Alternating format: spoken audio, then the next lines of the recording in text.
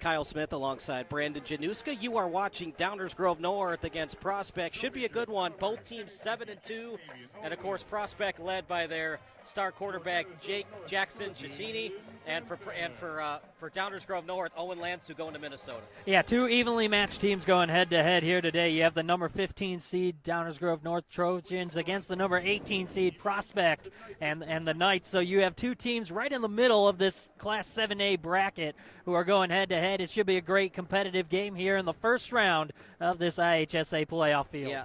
Hayden, you've got a report for us. Hayden, what do you have for us?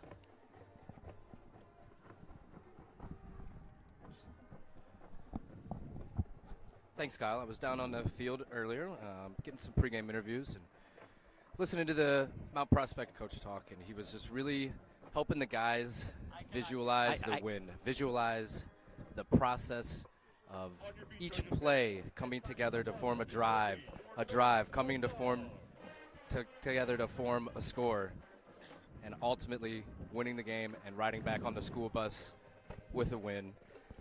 I'm hearing a lot in the stands, too, that this home crowd is very much expecting a win from their hometown team tonight, going into it with high expectations. Hayden, thank you so much. We'll see you later on in the first quarter. Final thoughts about this game, Brandon, as both teams at 7-2. Downers Grove North was in the quarterfinals last year, and Owen Lansu, as a sophomore, led them all the way to the 7A championship. Yeah, and that's one thing working in Downers' favor is they have that experience. They have the home field advantage here this round, so they might be slightly favored. But again, on paper, these are two very evenly matched opponents, and it should be a tight one here tonight. So we're going to take a break. You are watching Downers Grove North against Prospect here on the NFHS Network.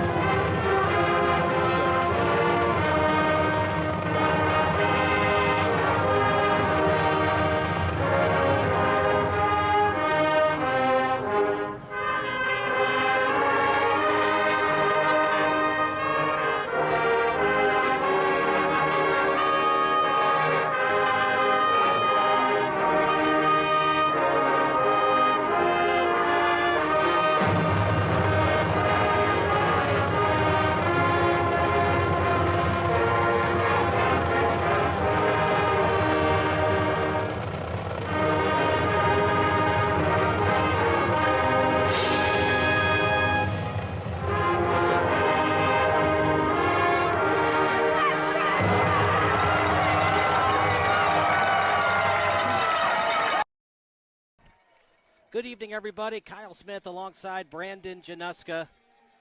As watch out for Jackson Cicchini, the quarterback for Prospect, and of course Owen Lansu. I know we talked about that a couple of times. Brendan Donnelly, the starting running back for Prospect. Watch out for him, a big playmaker. And Oliver Thulin, he was a sophomore with Lansu. They went all the way to the state championship game. Downers Grove North is at home. They're tough to beat here at Karstens Field. I think Downers Grove North in a shootout 35-28 against Prospect. What say you, Brandon? Yeah, it definitely looks like these two offenses dominate, and they have throughout the season, so I expect a high-scoring game as well. I think it's going to come down to who has the ball last. This is going to come down to a last-minute score. One of these teams is going to drive the field and score to win it. So we are at 7 o'clock right on the dot. The wonderful Downers Grove North marching band still on the field. So it looks like we're going to have a 7:05 kickoff. Winner advances, most likely going to play Glenbard West on the road. Glenbard West has an afternoon kickoff tomorrow against Willowbrook. And unless Willowbrook pulls off an electric upset against Glenbard West, the Trojans or the Knights are probably going on the road to Glen Ellen next Friday or Saturday. Yeah, that's certainly what it looks like. Glenbard West being the number 2 seed in Class 7A against the 31st seed in Willowbrook. So it'd be a huge upset if the 31 seed could pull that off, but we'll find out tomorrow. That's a 1 p.m. kickoff for tomorrow's game to determine the opponent. Yeah, that'll be the Warriors against the Glenbard West Hilltoppers. As the Prospect Knights in the white tonight. They're usually either in the light blue or the white. Tonight, even though they're the away team, they've got the home colors. It's okay if you're confused, because we're a little confused as well. Downers Grove North, they've got the away colors, but they're the home team in the black tonight. Yeah, being the home team, you get to choose your jersey, and they decided black is what they want to go with here in the first round. So here we go. It'll be Downers Grove North kicking off to the Knights. On your feet, Trojan fans, for the opening kickoff. Both teams at 7-2 on the season. The 15th seed, the Trojans, hosting the 18th seed in Prospect. And a kickoff, it's going to be returned at the 10. A little fumble, and it's going to be returned near the 25. Nice return that time by Gertis as he is tackled near the 25-yard line, 1st and 10. So almost trouble for the Knights, fumbling the return, but able to pick it up and able to gain positive yardage on the kick return. Yeah, he muffed it a little bit, but he knew he had plenty of time, kept it in front of him, didn't panic, and he picked up some positive yards to set up shop. So it's going to be 1st and 10 at the 24 with 11:53 to go. 1st and 10, Knights. It'll be Caccini in the backfield alongside his running back, one in the backfield, 3 wide receiver set. Fast pass out to the left as it was completed out to Sitchi, one of the starting receivers on this team. And a positive yard for Prospect. It's going to be 2nd and short coming up for the Knights. Yeah, he's got a couple of senior receivers that he'll look to go to, and Sitchi is certainly one of them. 1 in the slot, 2 out to the right. Almost a false start, but luckily they got the ball off in time. Maybe a half-yard short of the first down, as that's a running play out to Donnelly. Matthew Donnelly, the ball carrier. Brought down. The first down is at the 34-yard line. It's spotted at the 33. They're going to go fast here. Little tush-push action. It's close. Flag on the play. Might be a false start against the Knights. Yeah, the flag coming in the backfield. That's never a good sign if you're the offense, and it looks like Prospect's going to back up a bit. Did they call chop block? I didn't see the normal false start signal. It signaled like it was a chop block. Or did they mean illegal shift? Chop block would be a 10-yard penalty. Looked like they may have even said like almost leverage. Leverage. Kind of did like an upward with 2 hands. That would make sense because it was a tush push. Chop block would right, usually yeah. a chop block's on a passing play, not a running play. But that backs them up here on 3rd down. 3rd and 6 instead of 3rd and 1. Costly. We saw it last night in that Dolphins-Ravens game. Lost 5 yards, and then the kicker missed the field goal. 1 in motion as they fake the jet sweep. That's Gordon Kemp. Yeah, he played as a sophomore last year. What do you want to run here on 3rd and 6? Maybe a short passing play? Yeah, look out to the right. You've got 3 receivers out there. Caccini, quick pass. They're going to be short. Decision time, 4th and short. You don't want to keep giving the ball to Lansu. Yeah, and right now he went to another one of his senior receivers. I mentioned a lot of these wideout group are seniors. That was Jacob Sutton on that catch. But it sets up a short and manageable situation, albeit on 4th down, and they're going to go for it. So here we go. It's going to be 4th and 1. Run up the middle. Got it and more. And I don't disagree with that. Look, the game has changed, but not only has the game changed, you know you have a good quarterback in Lansu. You don't want to keep giving the ball to them. You want to maximize your possessions and minimize the future Division I quarterbacks. That's exactly right. You have 2 high-powered offenses, so you want to keep the ball, and you want to get points here on this opening drive and make a statement to kick off the playoffs. So here we go. 1st and 10, ball at the 36, high snap. And that's going to be completed again to Sitchi. And he's tackled close to the 45-yard line. A combo tackle on that play. And leading the charge for the Trojans that time was number 4, Caden Chiarelli. Yeah, and so far, Caccini, he's not trying to force anything, going with easy passes, shorter passes, and just let his playmakers do their thing. Under 10 minutes to go. First drive of the game. 1 in motion, and Caccini still has it. Rolls to the right. He's going to look downfield. Floater pass, dangerous one. And I'm not sure if he was trying to throw that ball away or trying to hit a contended receiver. I think he was trying to get it out there to his receiver, maybe give him a chance to make a play, but after shaking off that first tackler in his backfield, he had a little more time than I think he realized. 9:44 to go, 3rd and 2. They like to run the spread offense. See if they go with a pitch play here to gain some short yardage. One in motion. Kemp. Lack of communication, but they do get the first down, and that was almost a dangerous play for Prospect. Yeah, it certainly was. Matthew Donnelly, a little bit of a bobble there before he secured that ball and took it across the sticks. But like you said, maybe some miscommunication if it was an RPO and just wasn't exactly a clean feed to Donnelly, but he made it work. 1st and 10 at the 48. One in the backfield, one behind the left tackle. Fakes the handoff, off-balance throw, trying to get it to Kemp. And 2nd and 10 coming up. Yeah, and that was just throwing on the run, and it just didn't get out there. Kemp had some space, he was open, and the throw just wasn't quite there. So 2nd and long, what do you want to do here? We haven't seen Caccini be very aggressive thus far in terms of running with the football. No, he hasn't. And so far, he's just been dumping it off, picking up chunk plays, and I think that's what they're going to try to do on 2nd down, make it 3rd and manageable. Maybe a quick out. Be aware of Kemp, number 4. He's the closer man in the slot. Maybe a quick out toward the sideline.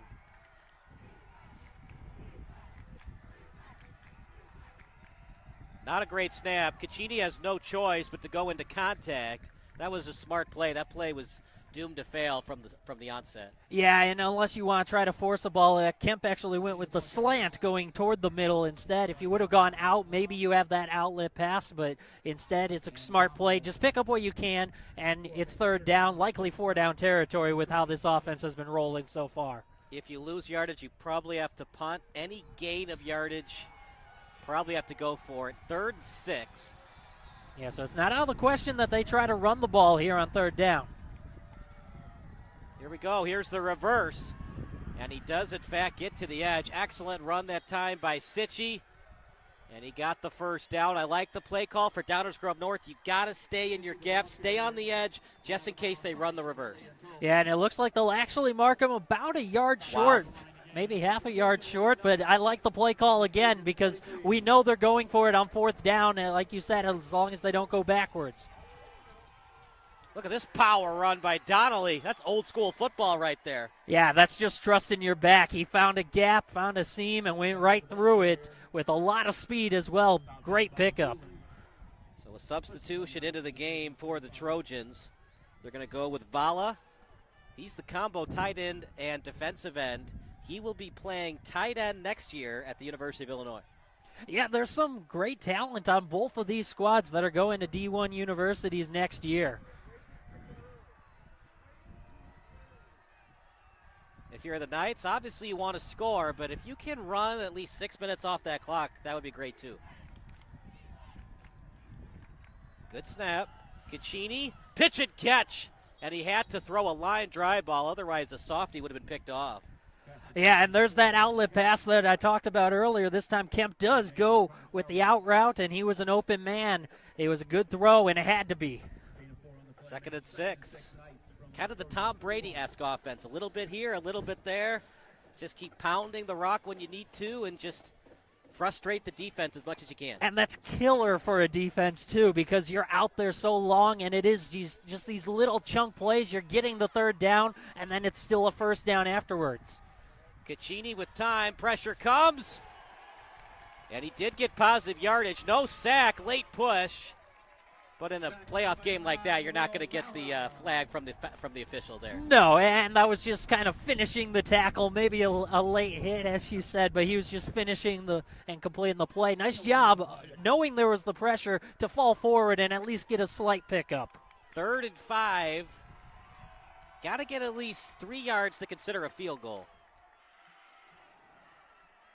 Another power run, another 1st down for Donnelly, just pounding the rock with 26. Yeah, and I think that was going to be the plan. Even if he didn't get the 1st down, you probably just give it right back to Donnelly again. They trust that he can get those 6 yards on 2 carries. They're not being very cute either. They're going right up the A gap and just power football right now. Yeah, really establishing the run here on this opening drive. So far, Downers hasn't shown that they can stop Donnelly. 1st and 10 at the 22. Caccini with time. He'll roll to the left. And he's going to try to get that ball up. Picked off! Green in front! Pass midfield! Touchdown save and tackle. And an excellent one that time by Shea Lewis. But Yeah, a pick, yeah. Great pick that time for the Trojans. And Connor Crowley, 1st and 10 coming up for Lansu. Yeah, and that was just not a smart throw on the part of Caccini. He had the outlet to his running back if he went to his right. He started to roll that direction, but then threw back across to the left. Nobody was there except Crowley. Easy pick, and that's a huge shift in the tide in this opening quarter. Yeah, you never like to take hits as a quarterback. Obviously, you don't like taking sacks, but taking the sack there would have been a much better idea than trying to force something. Yeah, and he had played conservative on most of that drive, just dumping it off, getting those chunk plays. He tried to force one, and nobody was home. Nice tackle, though, by Lewis. Saved the touchdown, at least for now. Lansu going deep with it. Completed! 1st and 10 for the Trojans. How about that ball placement, Brandon? I love that. I love that throw, and I love that play call. After you get a turnover, you go right for the jugular. They go with the deep ball, and that's a huge play for the Trojans. Owen Lansu, they spotted the ball near midfield. It's now at the 18, making a 32-yard completion. I love going with the deep ball on 1st down right after the pick. See if they stay aggressive or if they run the ball here. Now the ball in the red zone. Runs up the B gap. Downers Grove North, they have a good running game as well. That time Thulin on the run. Yeah, both these teams are really good at the ground and pound, and we'll see plenty of that, but already Lansu, I love that they showed off his arm, that he's not afraid to pass it and throw it downfield like he did on 1st down, something that we didn't see in the opening drive for Prospect. 2nd and 1 at the 9. You could still get a 1st down, and then you have to score. What a break for the Trojans. It was completely quiet on that opening drive from Prospect, and then the pick, and it is absolutely wild right now. Short gain, but he did get it. Only needed one, got about 2 or 3, plenty for the 1st down to set up 1st and goal. Kevin Jade, the ball carrier. Jaden, the ball carrier, as he gets it to the 7. They only needed 1 yard. He got 2. And that's all it takes. Yeah, and again, sets up that 1st and goal now for the Trojans, who are really trying to make that statement and convert that turnover into points.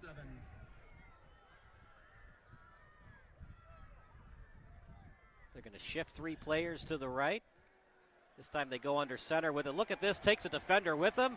Gets near the 1 yard line. Power football at its finest. It sure is, and you talked about how on that opening drive for Prospect, the crowd was really quiet. That's what you want to do as the road team, quiet the crowd on the opening drive. The turnover totally shifted that, and now the Trojans trying to make some noise and get this crowd into it with a touchdown on their opening drive.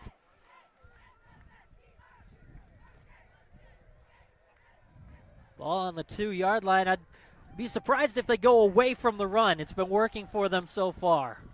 One in the backfield, as that's Jay Jr. Jay Jr., touchdown! 6-0 Trojans. That did not take long. What was that, a 4-play drive? Yeah, you go for the jugular on 1st down, and then you just pound it on the ground from there. They showed that Prospect couldn't stop it on that drive, and they're into the house for a big touchdown. So Crowley with the pick, Jay Jr. with the early touchdown. A great start for the Trojans, and definitely not an ideal start for the Knights. No, and again, you saw that the Knights were moving the ball downfield, and these are 2 high-powered offenses, so that's huge to get that swing with the turnover. PAT coming up. Snap is there. The hold and the kick. Kick is good. 7-0 Trojans. We'll take a break. You're watching the Trojans against the Knights here on the NFHS Network. Back deep for Kyle Smith alongside Brandon Januska. What a start for the Trojans. But for the Knights, you got to still feel a little bit confident. They got the ball inside the 30, and then a bad pick that time by Caccini.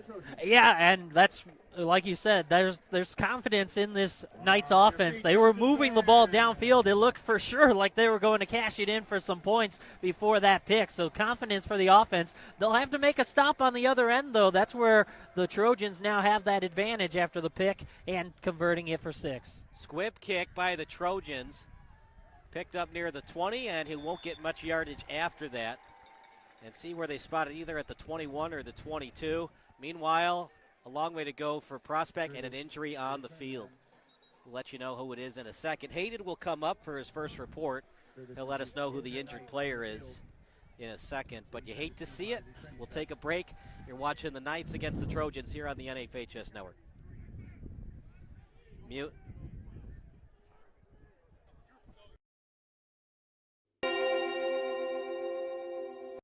Close to where the chains are to move, they'll usually give you that first down, benefit of the doubt to the offense.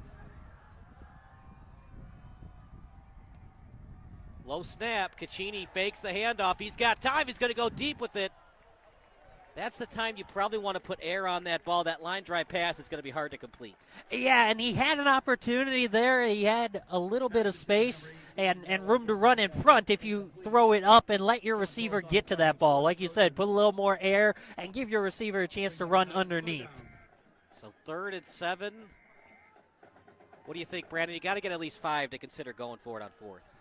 Yeah, especially still in your own end. I know they've gone for it on 4th from their own side already.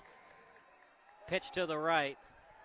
This time the Trojans not fooled. That's the problem with the pitch. It's a nice idea, but you have to have good blocking on the outside because it's a slow developing play. Yeah, absolutely. And what a play there by the Downers Grove defense to make that stop. That's Reese Domino, the linebacker, who came up with a big tackle in the backfield. Yeah, I'm surprised by this. Both teams, by the way, each have 3 timeouts. You could run a hard count, try to draw them offside, make it 4th and 3 instead of 4th and 8. Yeah, make it a lot more manageable. We'll see what they do. I'd be surprised if they actually snap this ball. Might even do a pooch punt with Caccini. Yep. I like the idea. Caccini's a good athlete. He's able to kick it, and they're going to spot it either at the 33 or the 34. Wow. That time, one of the few times it actually goes the way of the returning team. Yeah, there you go, all the way out to the 35-yard line. And I like you said, I like the pooch punt there. Just get that ball out there. And now the defense has to come up with a stop so the Trojans don't go up by 2 scores. Yeah, I'm surprised that both teams don't do it as much. In fact, you don't see it a lot at the high school, college, and NFL level. As the game has changed, becomes more analytically driven, maximize your possessions, minimize yours. But at the same time, Lansu still has to go 65 yards. He can do it, of course, but you're forcing him to make a play instead of not converting on 4th and 8 and giving Lansu the short field. Yeah, the big thing, if you're the Knights, you need to find a way to slow down the run. Lansu with time. He's going to go with his outlet out to the right. Nice completion, as it was completed that time to 40 in Grant Georges. Yeah, Grant Georges, the sophomore, who's getting a lot of playing time this year. And he's right there on the screen. Got 6 yards on that screen. Great job for the Trojans. For the Knights, you got to force them into 2nd and 9, 2nd and 8. If it's going to be 2nd and 4, 2nd and 3, it's going to be a long night for your defense. Yeah, it certainly is. And, of course, you have to be aware of them airing it out. But starting off, you have to stop the run in those short plays. Didn't stop the run that time. As a first down for the Trojans, Georges with a big carry. Try to minimize the amount of throws that Lansu has to do. Yeah, and that's what you want to do, prevent turnovers. And if you can just keep running the clock, right now the Trojans have that advantage already leading. They know they'll get the second half kickoff and a chance to go up 2 scores here early. 1st and 10, ball right at midfield. And he did cross the neutral zone. It was 95 for Prospect. They're going to call it on 95, Emmanuel Silvestre. Yeah, and clearly he jumped there. He was just fooled by the count. Got to be cognizant of it. Anytime you hear something out of the ordinary as a defensive lineman, look, it's easy to say in hindsight, right? Monday morning quarterback stuff. But if you hear something weird, it's probably a hard count. It's probably an Omaha, not an actual play. Exactly, yeah. They enunciate just a little bit more, try to get you, and that time they did. Going to try to force one. Look at this ball placement. Every time you think it's going to be a pick, Lansu just wows you with the arm strength. Yeah, and that's what we wanted to see on the other end from Prospect. Put a little more air under it, give your receiver a chance. Obviously, that one didn't end up complete, but there's the idea of it, a ball where only your receiver can possibly get to it. 2nd and 5 at the 45. What do you want to do here? Give it to Georges or a play action for Lansu? Only 2nd down. I wouldn't mind going back to the run or maybe another quick screen, just try to pick up this 1st down. If you're Prospect, do you blitz? Not yet.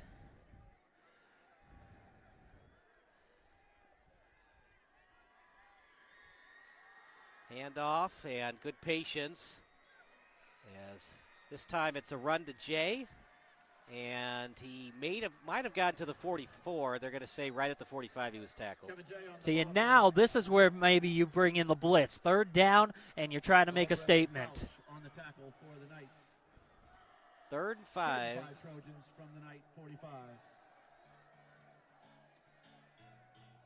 So that's the first time the Knights really showed they could contain the run. So now you've got them in a 3rd and mid, 3rd and 5.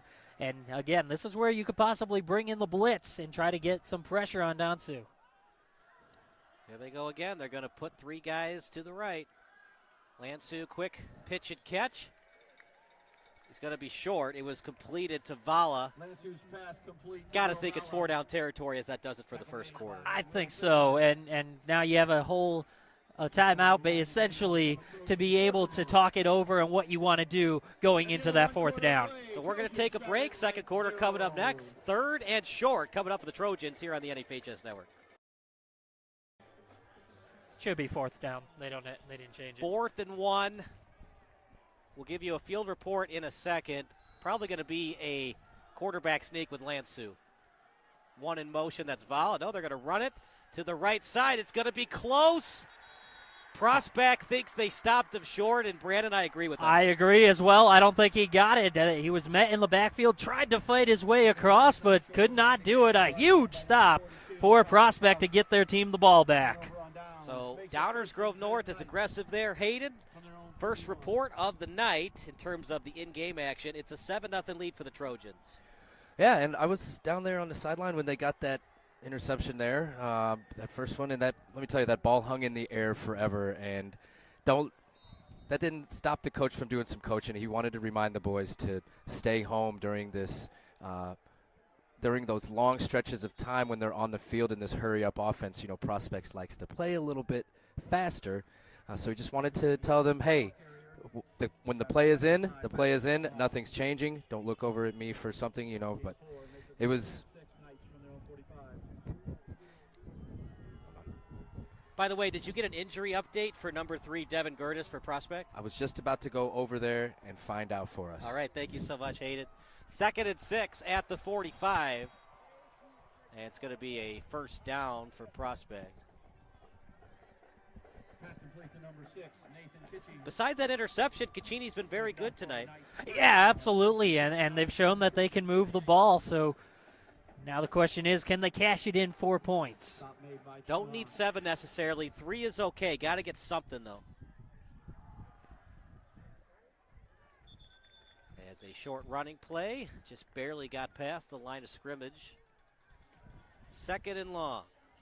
Yeah, and that's really what the Knights are trying to do. They're trying to pick up some yardage on 1st down, and when they're able to get stopped, if the Trojans can get that 1st down stop, it really puts the Knights in a bit of a bind. They're trying to establish the run and get these chunk plays to set up 3rd and manageable. Caccini with time in the pocket. Caccini, nice drop-off pass as he got it over to Kemp. And that will move the chains once again. Or was he a yard short? Back and forth we go on these spots. Every time we think, because we do high school games a lot, usually they give the players the friendly spot. Half yard short of the 1st down. Yeah, that was very close. It brings up that 3rd and manageable, though, that the Knights are looking for. Donnelly got it. He's very shifty. And for the Trojans, if they want to win tonight, go to the second round, they got to be good with the open field tackling as Donnelly is getting to the second level. Yeah, and again, that's what the Knights are going to try to do. Set up these short third down attempts, fourth down attempts, and just go to the ground and trust that Donnelly's able to pick it up. Ball at the 36. They've been in this spot before. Look at the spin move, able to get to the 30-yard line. Donnelly, the Belco, back tonight, and he is getting the job done.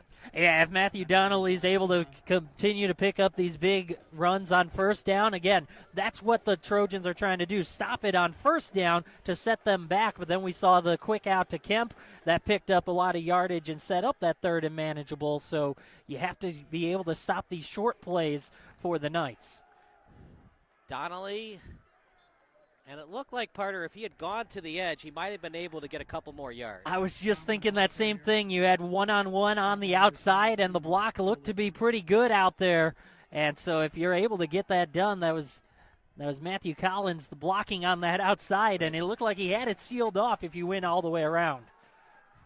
3rd and 2, still manageable. Fakes the pitch. Caccini will take it himself, try to power his way past the first down marker. He's going to be at least a half yard short, if not the full yard. Yeah, and just trying to do something a little different. If you get the defense thinking it's going to Donnelly, maybe the keeper will work out. Not quite that time. Nice job by the Trojans to get the stop. But now I expect the ball to go back to the running back and try to pick it up like they have been throughout. So it's going to be 4th down and a very short one. One in the backfield. Donnelly's going to get it and more. He has been a Trojan killer tonight. The good news is, don't panic if you're a Trojan fan. You're still up 7-0. Yeah, and that was just all about the offensive line. Donnelly had the first down before he was even touched. The one thing that I don't love about these long play drives, partner, is the more plays you do, the more chance there can be a false start. There can be a fumbled snap. Obviously, you'd love to score in 10 or less plays, but I also understand you're trying to avoid giving the ball back to Lansu. And I bring up false starts. I mean, obviously, the Bears have been doing it a lot this year, leading the league in pre-snap penalties. But at the high school level, these guys aren't professionals. Pre-snap penalties can happen at any time and in the most inopportune time. They sure can. And again, a team that likes to keep it on the ground and run it, that really hurts you if you get those penalties. So far, they've been good about it and being disciplined. 2nd and 10. Like to get at least 3 here. The hard count by Caccini. Trojans not fooled. If you're the Prospect Knights, try to avoid negative plays. But if you're Caccini, a sack is better than another interception. Quick passing play. Able to get past the 20, so now they're in the red zone as it was completed to his wide receiver in Matthew Collins. Pass complete. Number 18, Matthew Collins. Tackle made by Oliver. 3rd and 5. You're in field goal range, so you can be aggressive here, right, Brandon? Yeah, you definitely need to get some points here, but I think if you're able to get a couple of yards, you're going for it on 4th down. Ball at the 17, one in motion. Caccini, Trojans not fooled. Look at this throw, my goodness. A full yard short, but part of that was not an easy throw. He was rolling to his left, off balance, and he got it right on target. Yes, he did. He hit his man Kemp, who's been one of his go-tos so far today. Back shoulder throw, and Kemp able to get it close, and now I think you go for it on 4th down. Tried to fake out the Trojans by making it look like a running play. Trojans weren't fooled. Able to penetrate the pocket, but Caccini had enough speed to get out to the left. And look for Donnelly again. Let's see where they spot it. I think he got it, though. He's very close. I think, again, they'll give him the spot. We await the official signal. You would think as a Prospect fan, you want to yell at the officials so that they think it's a first down, right? You try to rattle the officials a little bit. They were really quiet, like they didn't get the first. And they're discussing it, seeing exactly where they want to spot it. Might have to measure it. Official timeout's going to be a measurement, most likely. It's just such a crucial play. To be honest, I think he got it. Yeah, just eyeballing it and looking at where the chain gang was set up, I think they're going to get it by a couple of chain links, but we'll wait for the official signal. Because when we say he needs to get to the 12, remember, it's where the chain gang is, not the actual 12 hash mark. Yeah. He got it by almost a full football. Downers Grove North isn't happy, but I think that's the right call. I think it was the right spot, and it's a first down. Yeah, I agree. And initially on the call, I thought he got it as well. And I like the call. Just keep going with Donnelly. So far, that's what's working on these third and shorts, fourth and shorts. They're going to keep on doing it until they prove they can stop it. If you're wondering why officials don't like to do measurements, one of the reasons is it gives Prospect a free timeout, but it's such a crucial play of the game, you almost have to do a measurement there. Absolutely. Going to be a sack. Caccini had no choice but to take it. Only a 3-yard loss. Yeah, he tried to step up. There was contact made as he did so and just couldn't keep his balance. He goes down. But again, don't try to force anything on that play there. You're in the red zone. Take the loss and reset for second down. Lost the 3 on the play. It's going to be second and 13. One in the slot for the Knights. Caccini to the end zone. My goodness, was he inbounds? No. One-handed catch, though. Yeah, what a grab over there. So they got it to 6. That was Sitchy. Yeah. Third and 13, Brandon. Do you want to be ultimate aggressive here or maybe a dump-off pass? See if you can get yards after catch for a first. I think they'll first look will be toward the end zone, but you'll have that outlet maybe to Donnelly in space. See if he can make a move someone miss. Whatever you do, don't take a sack. You got to get at least 3 here. I like the aggressiveness. Another hard count, trying to gain 5 yards. Yeah, and why not? Both teams. Laycock running down, though. They got the play off to the end zone. Good throw. Flag on the play. Waiting for the signal. Out of bounds. There's also a flag, so we'll see if this is on the defense. It is. Pass interference. Defensive pass interference called against the Trojans. Remember, it's not a spot foul like it is in the NFL, so it's not as much of a killer as it is in the National Football League. Yeah, although in the red zone, it should be half the distance to the goal either way at this point. But the bigger thing, it's an automatic first down. It looked like if he didn't try to pull on the jersey, it was going to be a catch. They did say he was out of bounds, so if he hadn't tugged him, he had forced him enough to the outside. Well, you don't give up the touchdown, but you do allow the first down on defense. Actually, correction, I believe it is still third down, so it's half the distance, but you don't get the automatic first down. So, half the distance, but you don't get the first. 3rd and 6. Here's another reverse. Trojans not fooled, still haven't brought him down yet. And brought down at the 10. They're going to lose 2 yards. It was out to Sitchy. 4th and long. Brandon, you got to kick the field goal here. Yeah, I think you have to at this point. I know they're trying to fool the defense. I think you should have kept going with Donnelly on this. That he's been finding a lot more space. I know you're trying to get around the edge, but I like keeping it in the playmaker that's been really gaining the yards on this drive. Offense still out there. Got to be careful. And Downers Grove North is going to burn a timeout. Well, that's why you have 3 timeouts, so we'll take a break. 7-0 Trojans here on the NFHS Network. So right now, Brandon, it's 4th and 8 at the 10. You thought it was a good idea by the coaching staff to call timeout. Why? Yeah, I just think that you want to make sure your team's on the same page. Even if they're just doing it for a hard count, you don't want to risk them seeing something that might be able to make something happen. So a field goal coming up.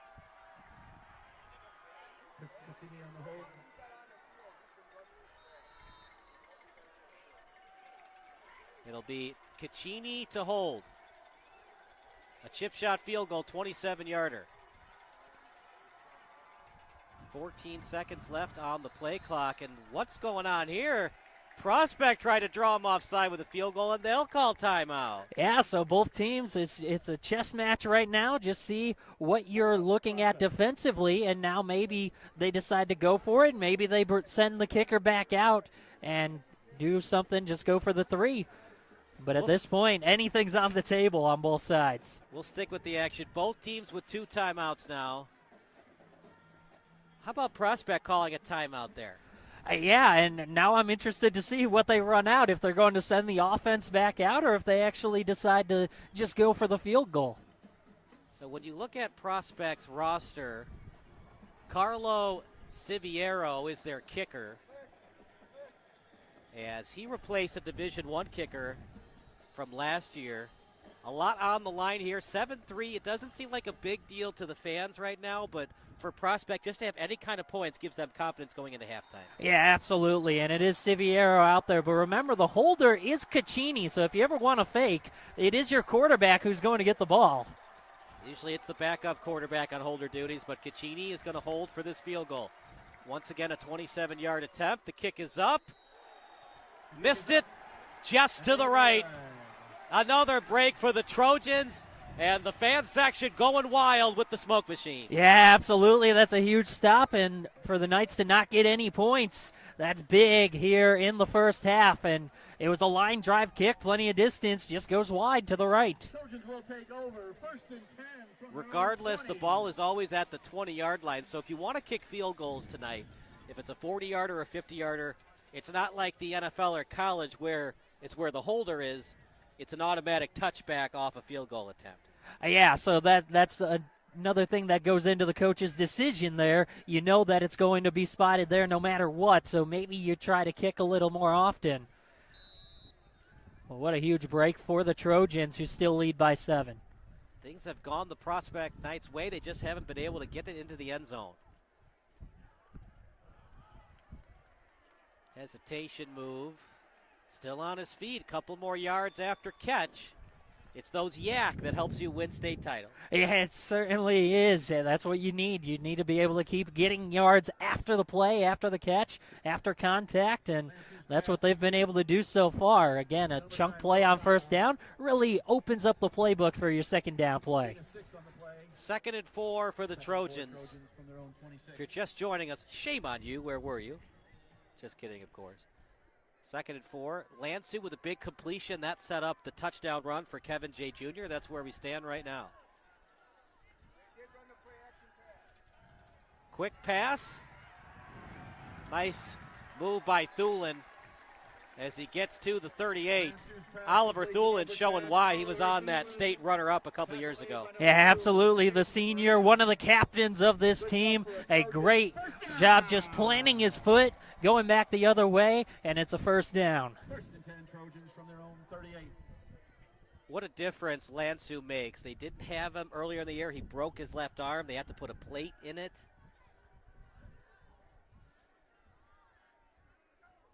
He's back in there, and he's an excellent quarterback. But really the story of this game has been Prospect close but no cigar. They got it inside the 40 twice, inside the 20 once, and both times no touchdowns.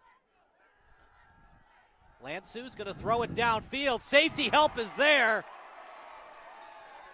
The defensive back has every right to the ball, and it's going to be a first down for the Trojans. Partner, I don't think he completed that catch, though. I didn't think he did, but Max Troja going out there, and it is a complete catch. He was able to bring it down, is the call. That's a catch made down to the 31-yard line. It was Caden Moran on the coverage. And what a grab by Troja, being able to bring that in, the senior, 5'9", 150, and got pounded at the end of it. Nice job holding on. Wow. At first I thought they were going to call pass interference on Moran. They're actually going to say it was a completed catch, as that's a run over to the left side. They like to use a lot of different running backs. That time George is on the run. Yeah, that's how you keep your backs fresh. You're able to gain yards and have success with multiple backs. It's only going to create more problems for the defense. Jay Jr. back into the game. Lansu, the senior, wants his season to continue. Oh, okay, good.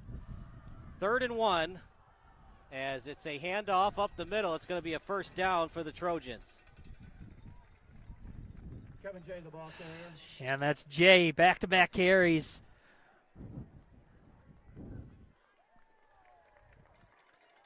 Joseph LeBou on the tackle. 1st and 10 at the 21.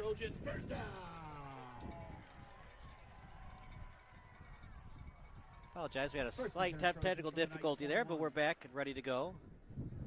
Ball on the 21-yard line. Under 2 minutes to go, make it 1 minute, 22 seconds. 2 in motion as they'll set up on the left side. And a tackle for loss.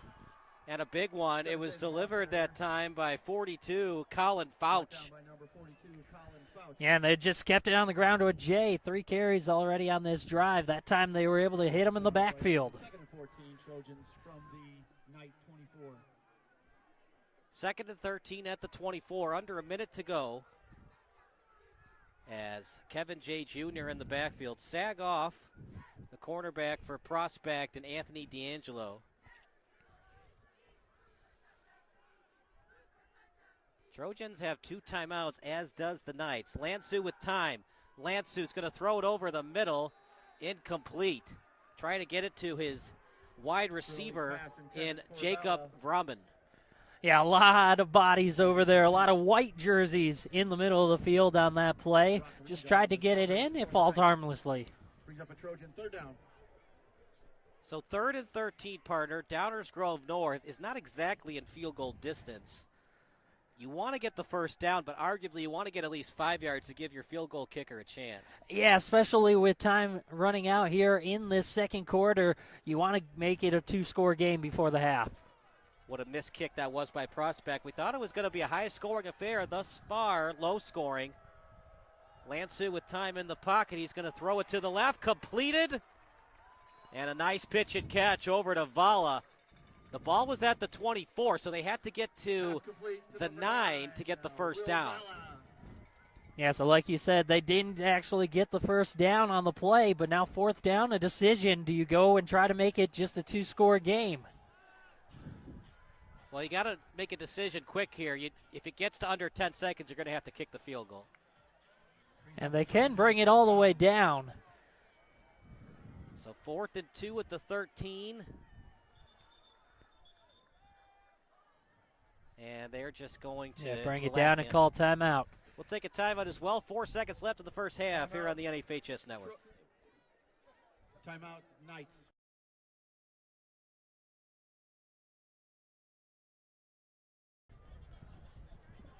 Kyle Smith alongside Brandon Janeska as the wind is starting to pick up. 4th and 2, obviously going to kick the field goal here. Trying to make it a 2-score game. Baker Glom. Glom is going to kick. Glom is going to kick. He had a game-winning field goal earlier in the season. Snap is good, as is the hold. The kick. And he pushed it to the right. 7-0 as we go to halftime.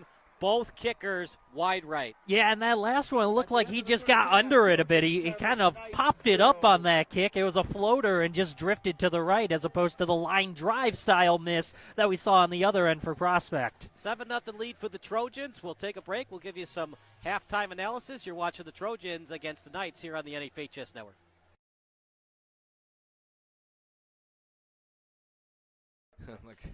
Kyle Smith alongside Hayden Bales. This is the halftime show brought to you by the NFHS Network. Surprising, Hayden, it's only 7-0. You've been down on the sidelines. What have you heard from both coaching staffs in this surprising low-scoring game? Both coaching staffs are really just telling their guys to stick to the game plan that they originally came out here with. Prospect obviously still playing fast. I think there was a lot of momentum changes on both sides that they were just trying to weather the storm each time. With the missed field goal from Prospect. Then they come down at the end of the half, and the Trojans miss one too. I'm going to be interested to see how they come out of the halftime and keep their heads straight, and who's going to be able to perform the most consistently for one drive and get a score and try to change this game up. So as you can see, it's 7-0 in favor of Downers Grove North. There's nothing happening on the field, so we're not going to show you that, obviously. It's just a big logo in the middle. Devin Gertis, he got hurt. That's one of their starters for Prospect. Kick returner, a big kick returner for them, and you were down at the sideline. It looks like he's not going back in, correct? What I saw was no helmet with him, which is a classic sign of, hey, you're not getting back in there. Just give it up. Don't try to grab your helmet. The trainer's got it under tight wraps, so it doesn't look like he's coming back tonight, unfortunately. I would call it a lower leg injury. He was favoring one side, kind of limping around. Teammates walking up to him, asking what's going on, and you could tell by his body language that he was happy, or not happy about what he had heard from the training staff. And you said what you heard from the trainer, that it could possibly be his ankle. Possibly. I'm thinking that. I heard that from the trainer, and then also, like I said, he was just favoring that ankle. He wasn't really putting too much weight on it. In fact, when he tried to pick up the pace of his walk a little bit, he really started to limp more. So, are you surprised by this shootout? I mean, this anti-shootout we thought was going to be a shootout. Lansu against Caccini, and it's really a battle of the defenses, and also the kicker's not getting the job done. The way these quarterbacks are playing, I'm very surprised. Caccini's seeing the field excellently, and what an athlete he is. You can really tell from field level that he is running around these guys, and he has some of the most touch I've seen on some really short throw, medium throws, long throws. He's been doing it all for them. Lansu on the other side as well, leading them down. But they just couldn't finish on that last drive for the Downers Grove North Trojans. Otherwise, they'd be looking at a totally different ballgame, even with just that field goal on the end.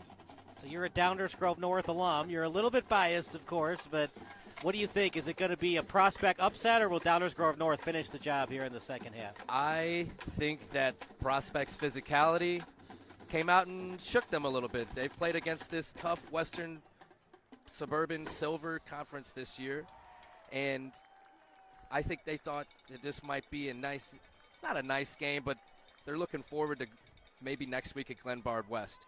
They need to focus back up for this next half, take care of business. I think Prospect, if Caccini keeps slinging that ball around the field the way he is, like I said, I think he might be the most athletic person out here on the field tonight, to be honest with you. So they definitely have a shot. It's going to be a good second half. All right, Hayden, we'll see you later on in the third quarter as Brandon will rejoin the booth in a minute here. It's 7-0 in favor of the Downers Grove North Trojans, and at this game at 7-0, it should probably be 10-3 at the very least. Both kickers missed chip shot kicks, but it's 7-0, and really the main reason it's 7-0 is off a pick off Caccini. Yeah, it's really been missed opportunities, the story of the first half. Both teams' offenses look good. They're moving the ball. They're just not cashing in for points so far. You mentioned each team has already missed a field goal opportunity, so that's 6 points total right there in missed opportunities. And then you had the pick on a drive when the Knights were driving well and the offense was looking good. There's only been one punt so far in this game, so the offenses are moving the ball. There was a fourth down that wasn't converted. There was the pick and two missed field goals, so with the one touchdown on top of that. So it's not that the offenses aren't doing their thing and aren't moving the ball. It's just they aren't cashing it in for points when they come to an end of a drive.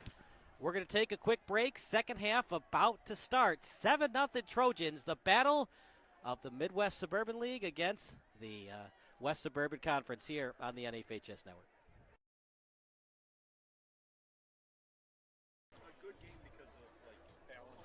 Second half about to start. Kickoff for Prospect as Downers Grove North will get it. Remember, Downers Grove North kicked to start the game. Caccini had a nice drive, but he was picked off. They got the ball back near midfield, and then an 18-yard completion from Lansu. And here we go. Kickoff. It's a good one.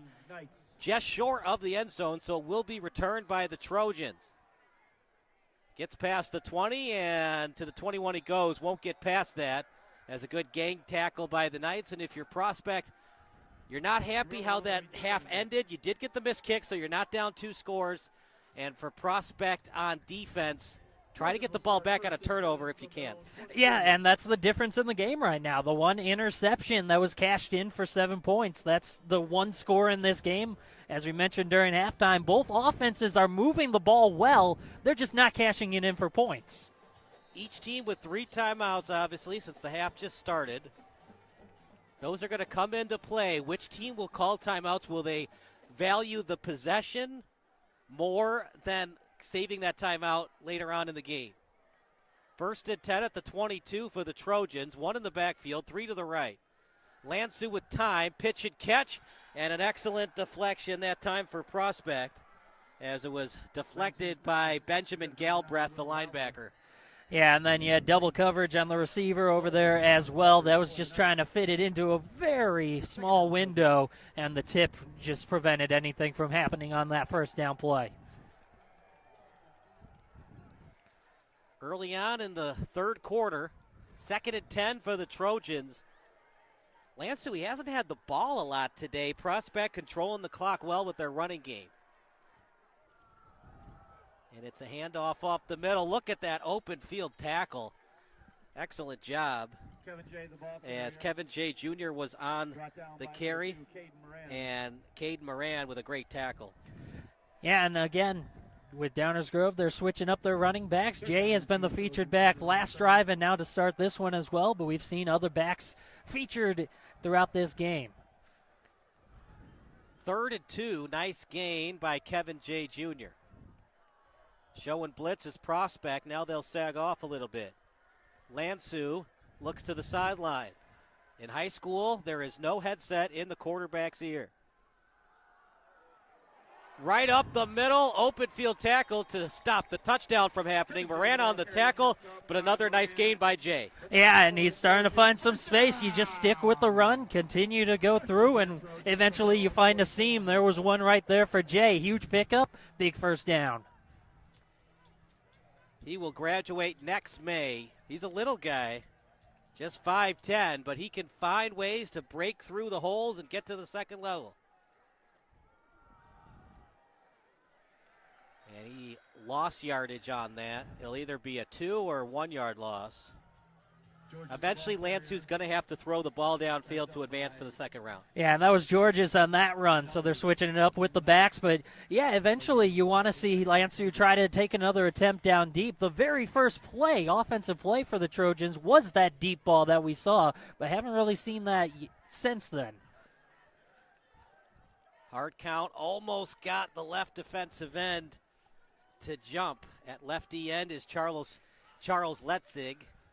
2nd and long at the 44. Very friendly spot. I thought he lost at least a yard. Handoff to Georges. He gets to the edge, breaks off a tackle. Let's see where they spot it. It's very close to a first down. Yeah, and just once again continuing to stick with the run. Yeah, they stopped George on the first play, but that time Georges, he finds a gap and he sets up 3rd and short. Well, the Jumbotron, they call it inches. Well, they call it 1. Possibly they don't have the technology for inches. It's the shortest one you can get. It's definitely less than a yard there, yes. 3rd and 1 in the backfield. Almost again from Letzig. Yeah, there's a couple of times that they've gotten a little bit of movement, just not quite enough to get them to jump. They got it and more.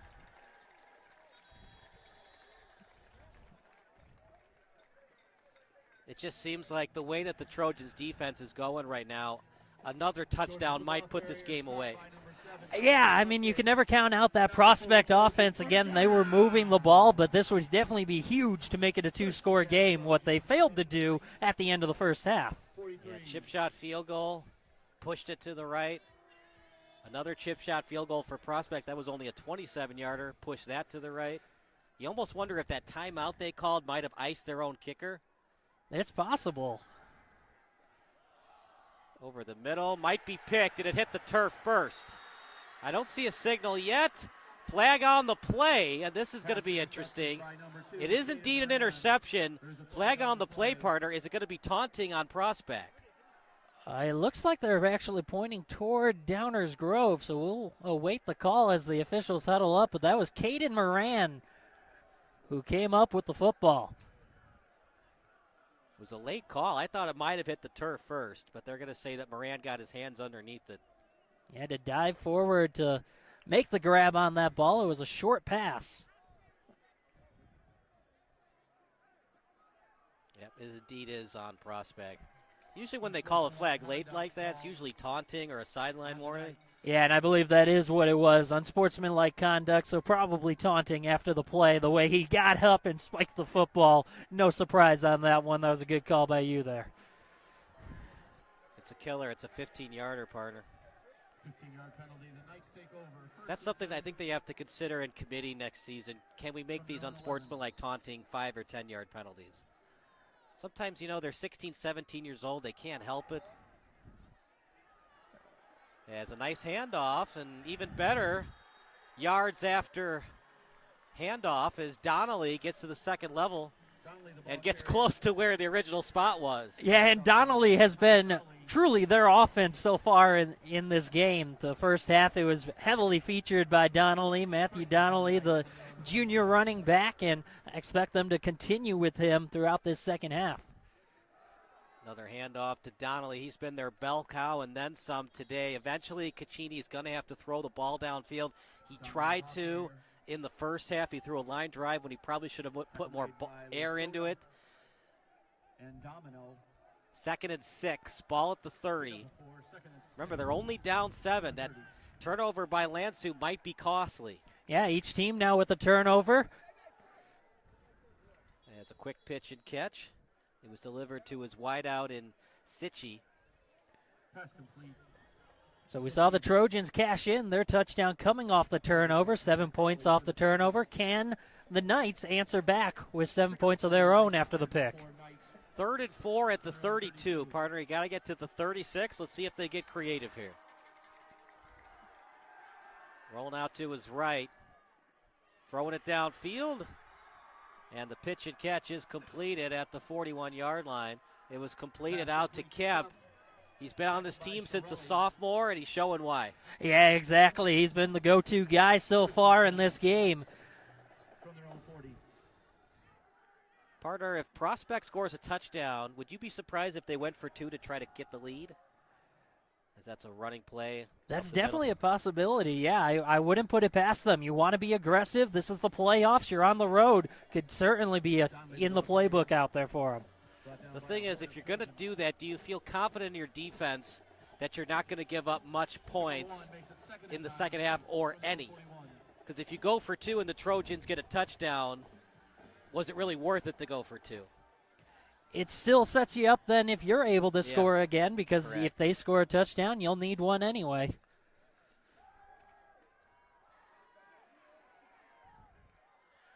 Threw across his body. What a catch. Caccini had confidence in his arm, and he got it to his wideout once again to Sitchi. Yeah, and that was one of the best throws we've seen so far from the Prospect QB. So nice job. Picks up a big first down. We thought it was going to be a shootout because earlier in the season, Caccini had a 6-touchdown performance against Maine West. High throw, screen pass, more yards after catch. Trying to get inside the 40. Let's see where they spot it. And it's going to be indeed right at the 40. But he had a 6-touchdown performance against Maine West, 5 touchdowns earlier in the season. And they had a Hersey on the ropes, but then 5 touchdowns by the opposing quarterback in Narut. They're doing a hurry-up offense, by the way. 2nd and 3. Handoff up the middle. Short gain. What do you want to do here on 3rd and short? I think I'd go right back to Donnelly again. He picked up about 2 on that one. And now 3rd and 1. Donnelly, the ball carrier. Initial contact made by number 73, Colin Murphy of the Trojans. Yeah, I'd continue to keep it on the ground. You're probably looking at 4-down territory anyway. I don't think they can stop Donnelly twice. Inside the 40, you're in enemy territory. Yeah, unless you lose yardage here, I think you're going for it. Fakes the pitch. Caccini's going to take it himself. It's going to be close. That second effort, though, got him the first down. Yeah, no question about it. And so that time they fake it to Donnelly, get some of the linebackers move in that direction, and then just run it up the gut with your quarterback, and Caccini picks it up. That's why 3rd and 1 and 3rd and 2 is such advantage offense, because no matter what, the outside linebacker has to bite on the fake pitch in case they do it, and it gives the quarterback a half-step advantage to get the first down. Yeah, and that's all it takes on 3rd and 1. 1st and 10, fakes the handoff.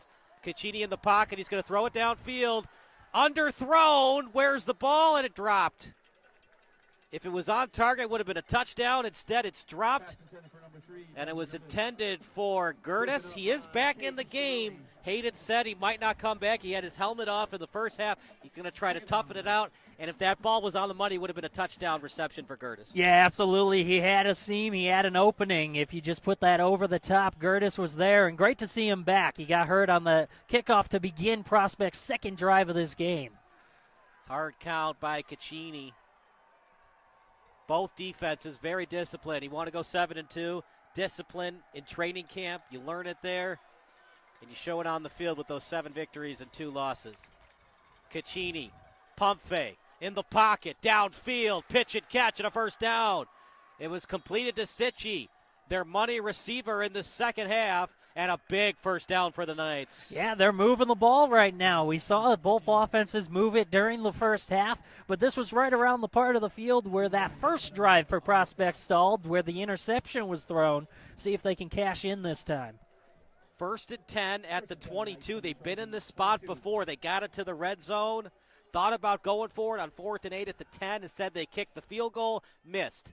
Fakes the handoff. Sitchie again, but he's brought down right away. It was an excellent tackle by the Trojans, as the tackle was delivered by 21 in Crowley. He had that pick in the first half.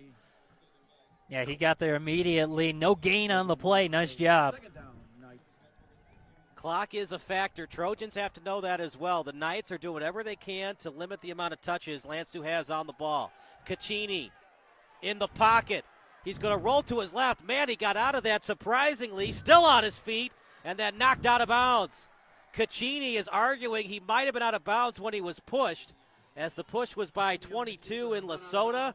But what a run that time by Caccini. Yeah, it looked like that was going to be trouble for Prospect and Caccini, and he found a way to roll out of it, pick up a big gain, and another first down. Or rather, not the first down. He picked up about half of what he needed for the first. I know, you got excited. It seemed like a first down. I like the no call there. I think he was just before he got out of bounds before the push was made. 3rd and 5 at the 17. That would have been a big call, though, Brandon. Would have given them an automatic first down for the unsportsmanlike. It certainly would have. 3rd and 5. You don't have to get a first here, Brandon, but you got to get positive yards. Caccini in the pocket with time. Pump fake. Throwing it to the end zone. He's open. In the hands. Maybe a tad bit overthrown, Brandon. The intended target was Gertis, and you wonder if he had a healthy ankle, would that have been an easier route for him? It's a possibility. He was there. He got his hands on it. It looked like an opportunity to bring it in, just couldn't complete the catch. Who's at fault, quarterback or receiver? It was on the fingertips. It looked like it was more on the hands than the fingertips. It was, and he was open, so if he gets a little more of a push-off on the break, he's probably underneath it. I think that was a great play call. Gertis probably thinks he could have brought it in. Caccini with time. He's going to roll to his left. It's going to be a tough throw. That was a double coverage. Out of bounds. The catch was made, but he couldn't get at least 1 foot in bounds. 4th and 5, they go for it. Interesting decision by the coaching staff, but because they missed that kick in the first half, I don't know if they had confidence in Silveri for the second half. Yeah, and just because of how long that drive was, you're trying to cash it in and tie things up before you give the ball back. And unfortunately for Prospect, it just didn't work out. So the Jumbo Trot has 1st and goal. Nope, Downers Grove has the ball. So good idea, but wrong spot. So turnover on downs as the ball is spotted at the 17.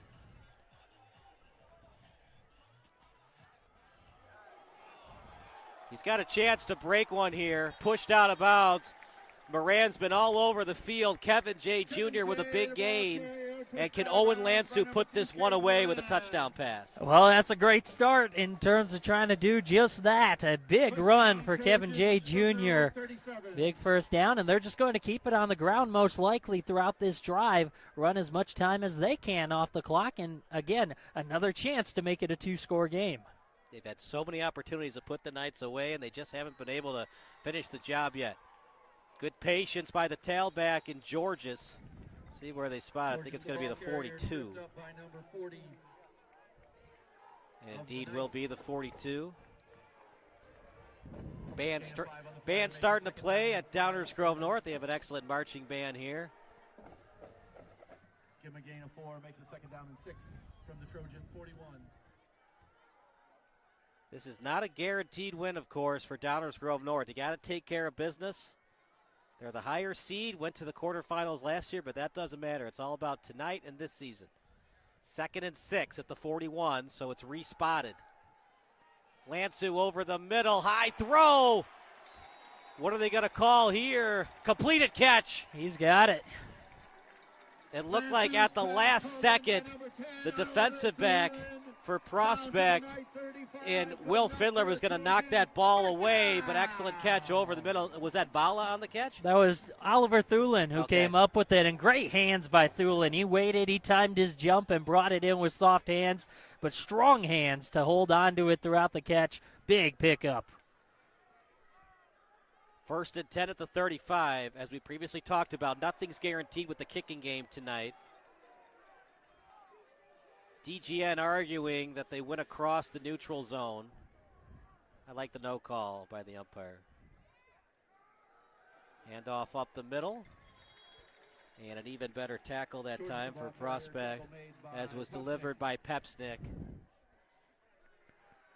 So we've seen the Knights, they've been very cautious with the ball, continuously letting that clock run. Do you think DGN's going to do the same thing, or will they do more of a hurry-up offense to end this third quarter? So yeah, I think the Trojans, they want to take as much time as they can right now. They have the 7-point lead. They have the ball, so they are in control. I think they're going to try to eat as much clock as possible. Both teams play in the time of possession game. Georges. And he decided to go up the A gap. I think if he had kept going to the edge, he might have gotten a couple yards. It's possible. It looked like that was just collapsing immediately from the offensive line. Didn't get the leverage or the push on that run, and so not a whole lot to do. Georges just played it safe and didn't want to risk going back to try to gain a couple. Being a running back, it's such a tough position. We all think about Chris Johnson and his electrifying speed. It's all about patience, too, and also vision. Where's the hole, and do I have enough time to hit that hole, or do I need to kick it back out or go back up the middle? 3rd and 8, one in motion for Downers Grove. Lansu dropped. He was going to be short anyways, but because he dropped it, it's a definite punting situation, one would think, for the Trojans. I would certainly think so, and if he catches that, maybe you do go for it on 4th down. It would have been 4th and short. Maybe 4th and 4. Remember, it's where forward progress would have been stopped. Even 4th and 4. I think they might have done a hard count, try to draw him offside, then they would have punted. But Lansu's still on the field. Look, we saw this in the first half. Caccini was on the field, then he did a pooch punt. I just don't think they have enough guts in their defense. Their defense has to be a little bit tired. Going with 5 receivers, though. Still in motion. They're going to go for it. Screen pass. Broke off a tackle! Touchdown, Downers Grove North! The future Fighting Illini finds the end zone. Will Vala, have yourself a night, kid. Breaks off a tackle, screen pass. Everybody was thinking an out route at Downers Grove North. Very crafty with the screen pass. Yeah, and that's a risky call to throw it short of the sticks and trust your playmaker to make a play, make something happen. That's exactly what Vala did. He broke a tackle, then he was off to the races. A huge score for the Trojans. The smoke is just so ridiculous from the smoke screen. That PAT is good. We'll take a break. 14-0 Trojans here at the home of the Trojans on the NFHS Network.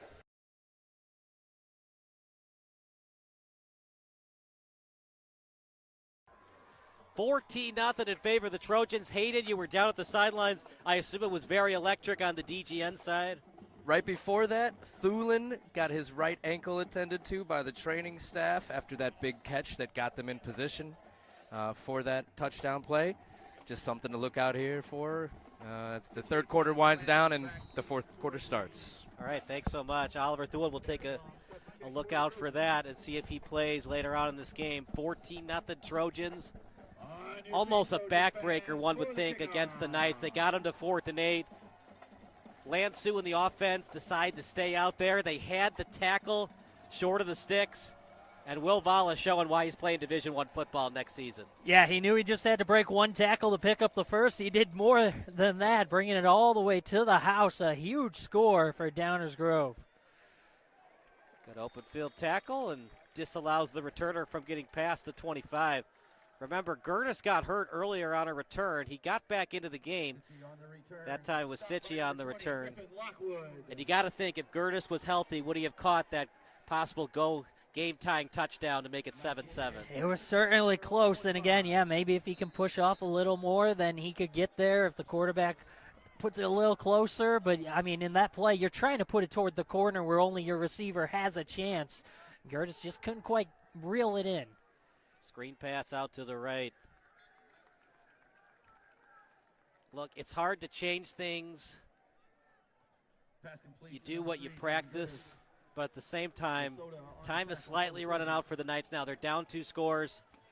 Their mentality and their game plan was to try to avoid giving the ball to Lansu, run clock. Now you're down 2 scores. Now you got to consider more of a hurry-up offense. Yeah, at this point, you need to come away with points on this drive. Got past the 40, first down. Still a lot of time. Remember, clock stops on a first down like right now it stops. And that's something that Prospect is going to be very cognizant of. How many times can we get first downs to stop the clock briefly, get our offensive line to the line of scrimmage to run another play before the clock restarts? Quick passing play out to the left. Sitchy still on his feet. Sitchy down the sideline, inside the 20. Touchdown, Sitchy. Touchdown, Knights. How about that, partner? Yeah, just another screenplay on the other end. Sitchy had it and just takes it down the sideline all the way into the end zone. Mentioned that Prospect needs to find a way to score points. How about that? Final play of the third quarter, and he takes it in. So, Downers Grove North with the smoke. Prospect on the road, they do one better with the Flames. Yeah, that's a pretty nice effect to have out there on your side in front of your fans. 14-6, decision time. Do you go for 2? I don't see Caccini in shotgun formation. Remember, he's also the holder. Yeah, you could try some trickery, but at this point, still down by a score. I think you just take the point, make it a 7-point game. No guarantee. Missed in the first half. Snap is there, as is the hold. The kick straight through the uprights. We'll take a break. Sitchy puts the Knights back in this game here on the NFHS Network.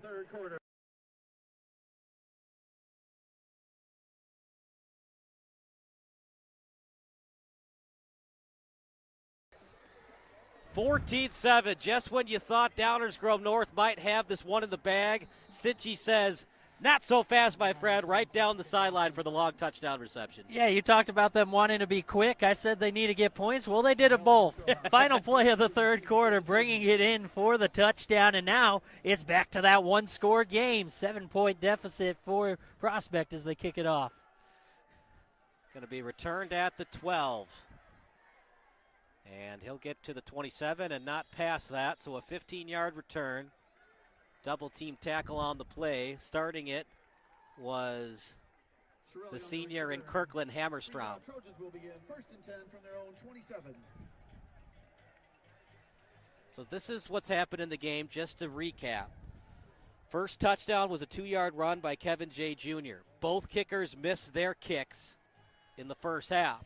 In the second half, a touchdown by Vala. That was mostly him off a broken tackle all the way to the end zone. And then Sitchy with the moves down the sideline to make it 14-7.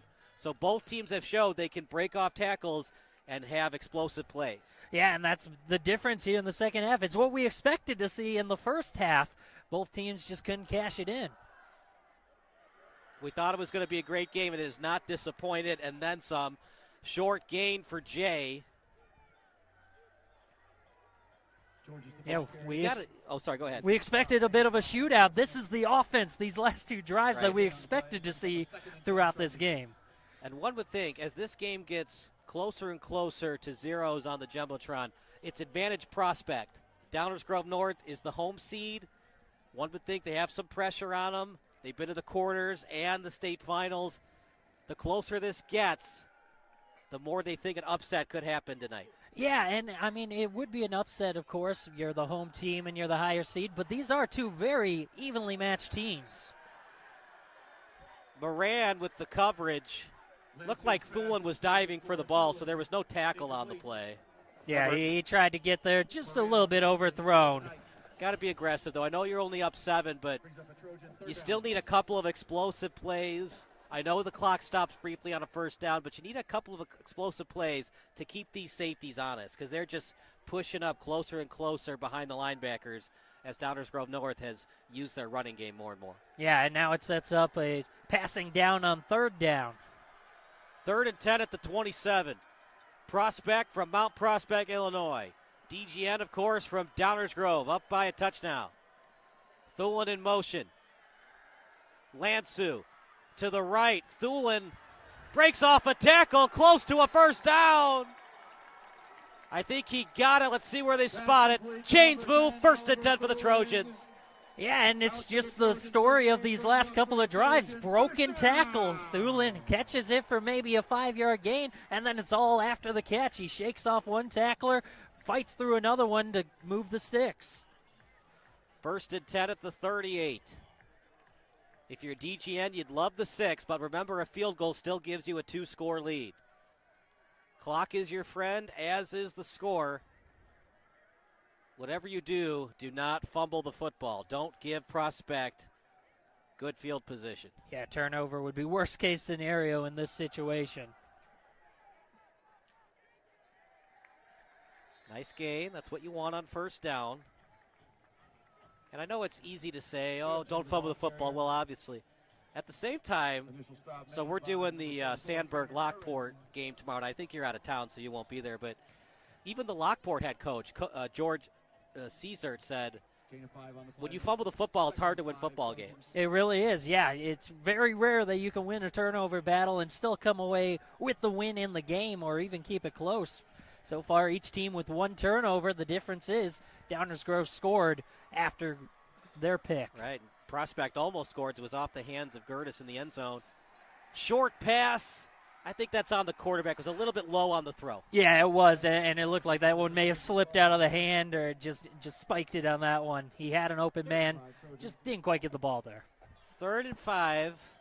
You've got your Division I quarterback. He's healthy. Broke his arm earlier in the year, but he's healthy. Do you get creative here? Do you try to have Lansu run for a 1st down? It's a possibility. It's a spread set, 5 receiver set on this play. So if he sees an opening, I think your first look, obviously, is to one of your men downfield. But if there's an opening, he'll definitely tuck. Lansu in the pocket. Pressure comes. One-on-one coverage. Thulin with the catch. Near the 30. Huge pitch and catch delivered by Lansu over to Thulin. Yeah, and that's just trusting one of your skill men out there. Thulin has shown time and time again that he can make the play. He broke some tackles to pick up a big 1st down earlier. This time, a heck of a catch on the diving play. Great hands and another 1st down. That's what happens, right? When you blitz, you put pressure on your cornerback in one-on-one coverage. And watch Thulin one-on-one on the far right side. Lansu, the handoff. It's to Jay, still on his feet, and then brought down short of the 30.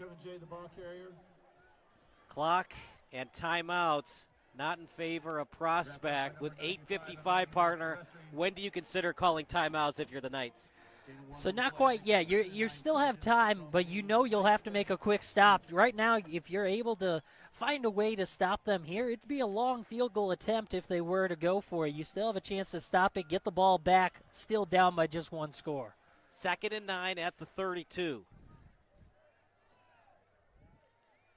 One would think one more 1st down would put your field goal kicker within range. Yeah, and then you start considering when to use those timeouts.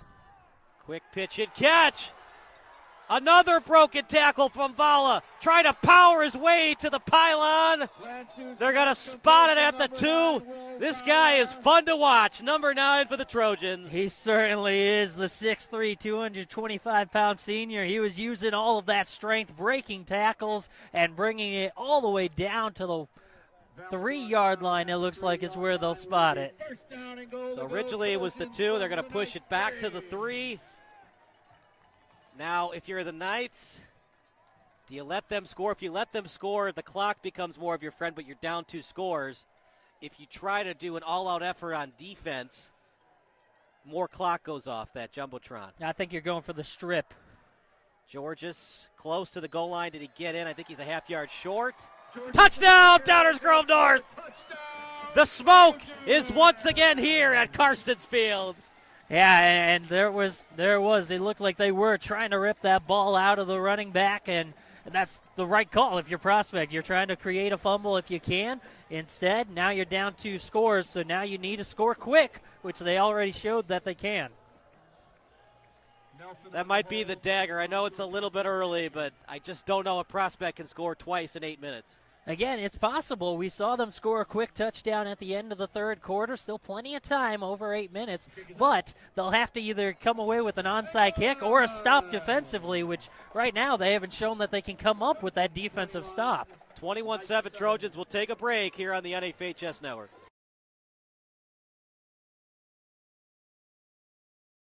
For the Knights. 21-7. Will Vala with 2 of those 3 touchdowns.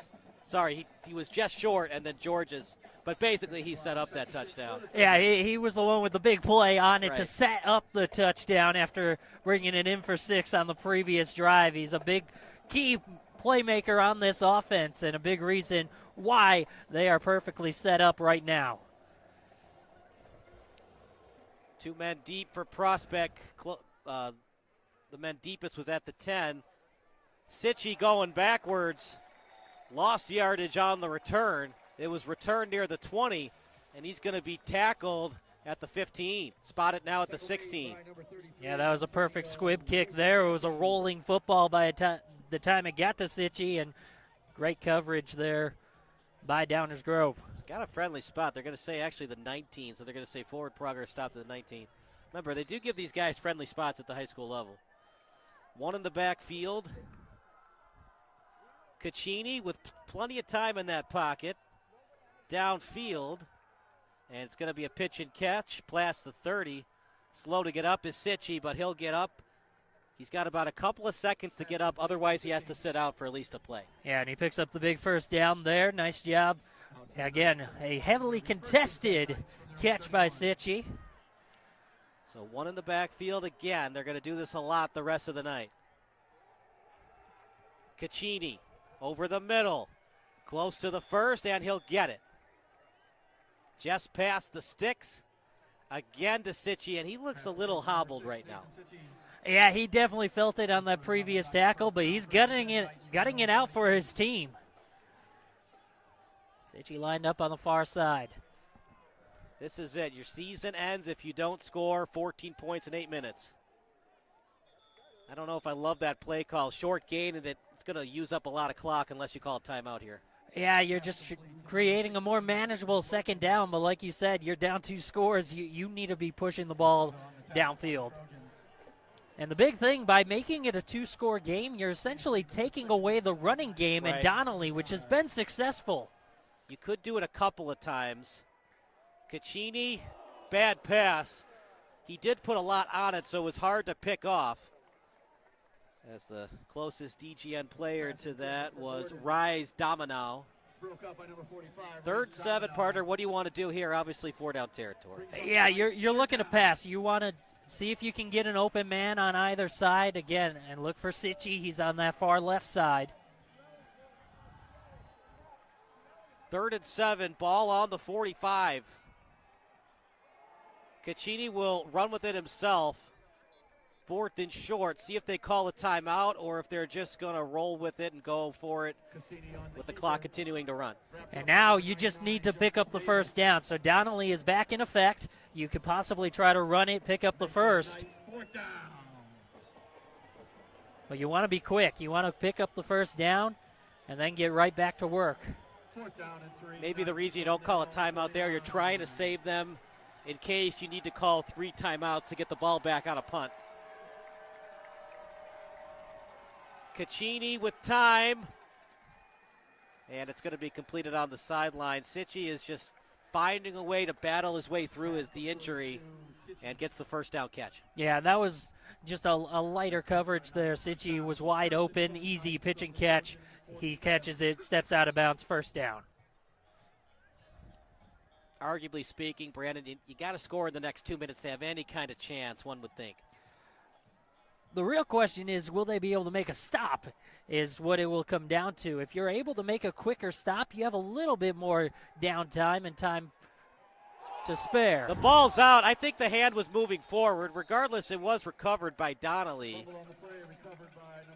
If they call a fumble, though, the clock continues to run. If it's an incomplete pass, it stops the clock automatically. And the call right now is it was a fumble, loss of 2 on the play. But again, Donnelly comes up with the football. Another report from Hayden Bales. Hayden, number 6 in Sitchie, was a little banged up on a catch a couple of plays ago. He was. That is indeed true. I'll also tell you this. The defense was telling one another, hey, look, this offense is going to give us another chance. So let's be ready to make our mark on the game. Coming down to the last seconds here, but it was a big 4th down on that last play. Let's see if they can get it going here for the next 2 plays. So it's going to be 3rd and long coming up. I know you don't want to call timeouts here, Brandon, but I think that was the time you have to call a timeout. A lot of clock wasted off that sack. Yeah, the clock's continuing to run, and I think it's like you said earlier, they're saving those timeouts for the defense on the defensive side, but they need a score before they worry about that. Going downfield with it down the sideline. Did he complete the catch? Yes, he did. He did. 1st and 10. My goodness, what a throw by Caccini.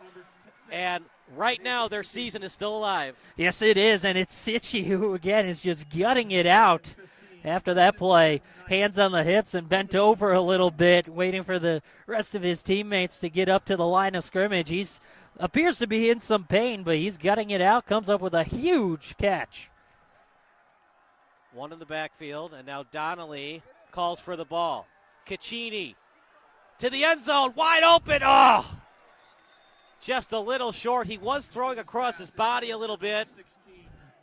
It looked like he kind of changed his mind in the middle. At first, I thought he was going to take it himself. He got right up to the line of scrimmage, and then I think he saw the open man on the far right side, and then last second decided I should throw it that way. Just didn't have enough on it. 2nd and 10.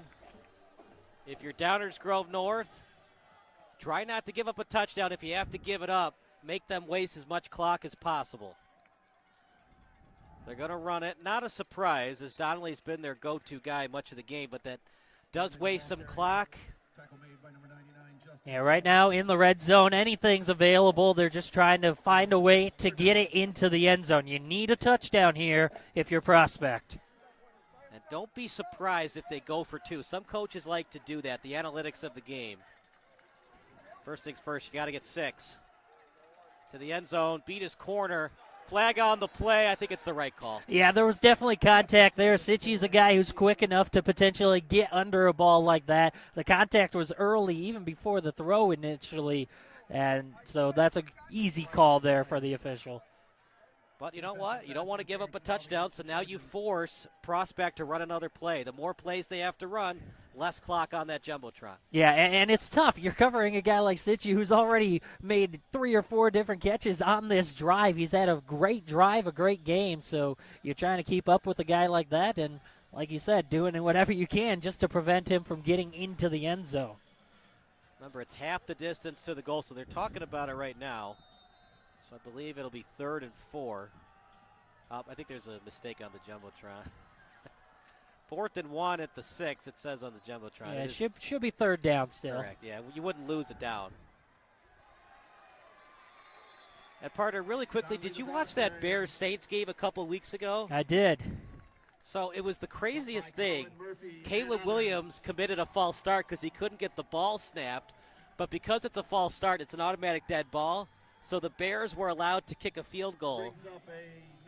That's something they have to talk about in committee because the Bears were kind of rewarded for committing a false start. Yeah, and that's one of those things where it's tough either way on how you decide to call that one, but by the rule book, it is the right call. It's a dead ball because there was movement, and if the offense jumps early, it's a dead ball. If it's the defense, if there's an advantage, you let it go. Yeah.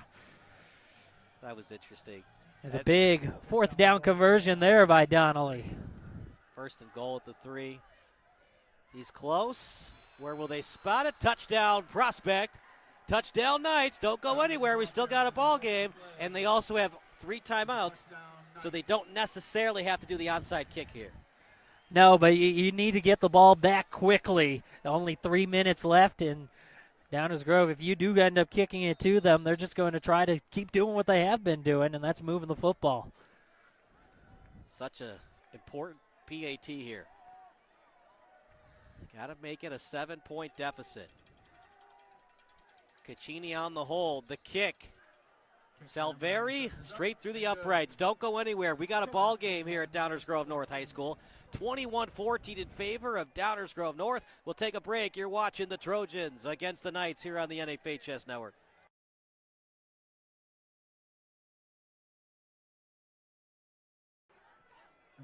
21-14. Just when you think you figured out this game, it goes in a completely different direction, right? Yeah, but this will be a big kick. See if they try the onside attempt here and get the ball back. Just 3:07 left on the clock. 3:07 to go, of course. The Trojans need at least one first down, if not two, to end this game. Prospect with all 3 timeouts, as is Downers Grove North. Short kick. I like the idea because it's still a live ball until it goes out of bounds. Yeah, and that's one of those situations where you're just trying to outrun the receiving team because everyone was playing up toward the line to anticipating an onside kick. You try to pooch it right over the top of that, see if your guys can get there first. Unfortunately, if you're Prospect, it went out of bounds. If you had kicked it, maybe you tackle him at the 21, so you would have gained 14 yards. At this point, you're just trying to get the ball back because no matter what, you know you're not going to have any timeouts left when you get the ball back unless you get a turnover. Yeah, and the thing is with the kick, you know that you need to come up with a stop and you need to come up with one quickly. So even though the ball's at the 35-yard line, you need to come up with a stop right here. 3 and out would certainly give the Knights an opportunity. Game is not officially over, even if the Trojans get a first down. One would think they're going to run it with Jay here. Still on his feet. He breaks it down the sideline. And it's not Jay. Past the 10. Touchdown Trojans. They fake out everybody. And Caden Chiarelli with the big touchdown run. And the Trojans are that much closer to advancing to the second round. They go with the senior, more of a speed back, and he comes up huge, just shakes off a couple of leg tackle attempts and runs it all the way in for the score. So you needed a 3 and out. Instead, there's the dagger. Touchdown, Trojans. They lead by 2 scores once again. Nelson, the holder. Blom to attempt the point after. Wow. Big play. All they needed was a first down. Instead, they get the touchdown. Snap is there, the hold as well, and the kick. Straight through the uprights. We'll take a break. 28-14 Trojans here on the NFHS Network.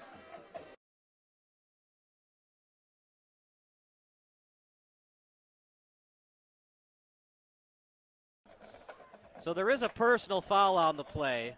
It is on the Trojans. So there will be 15 yards added on the kick for Prospect. Game is pretty much over, one would think, unless Prospect scores very quickly. They do have 3 timeouts, so if they can somehow score quickly without having to call a timeout, they wouldn't necessarily have to do the onside kick, but are they really going to score in a minute or less? It's probably going to take them at least 2 minutes to score. So they're probably going to have to do the onside kick. Yeah, they're going to be looking to air it out, though, here early. You want to try to save those timeouts if possible. And, yeah, under 3 minutes to go. The good thing, if you want the silver lining on that, is that if you're going to give up the score, give it up on the first play so that it didn't take any time or any of your timeouts. Reminds me of that Super Bowl. Giants-Patriots, Ahmad Bradshaw tried to go down at the 1-yard line, and he got the butt touchdown. Yes, he did. Scored with his butt across the goal line. I doubt that Chiarelli would have done that. I guess he could have done that. He could have given himself up with a slide. Yeah, but in this situation, to go up 2 scores was definitely the right call. Right, I think it was too.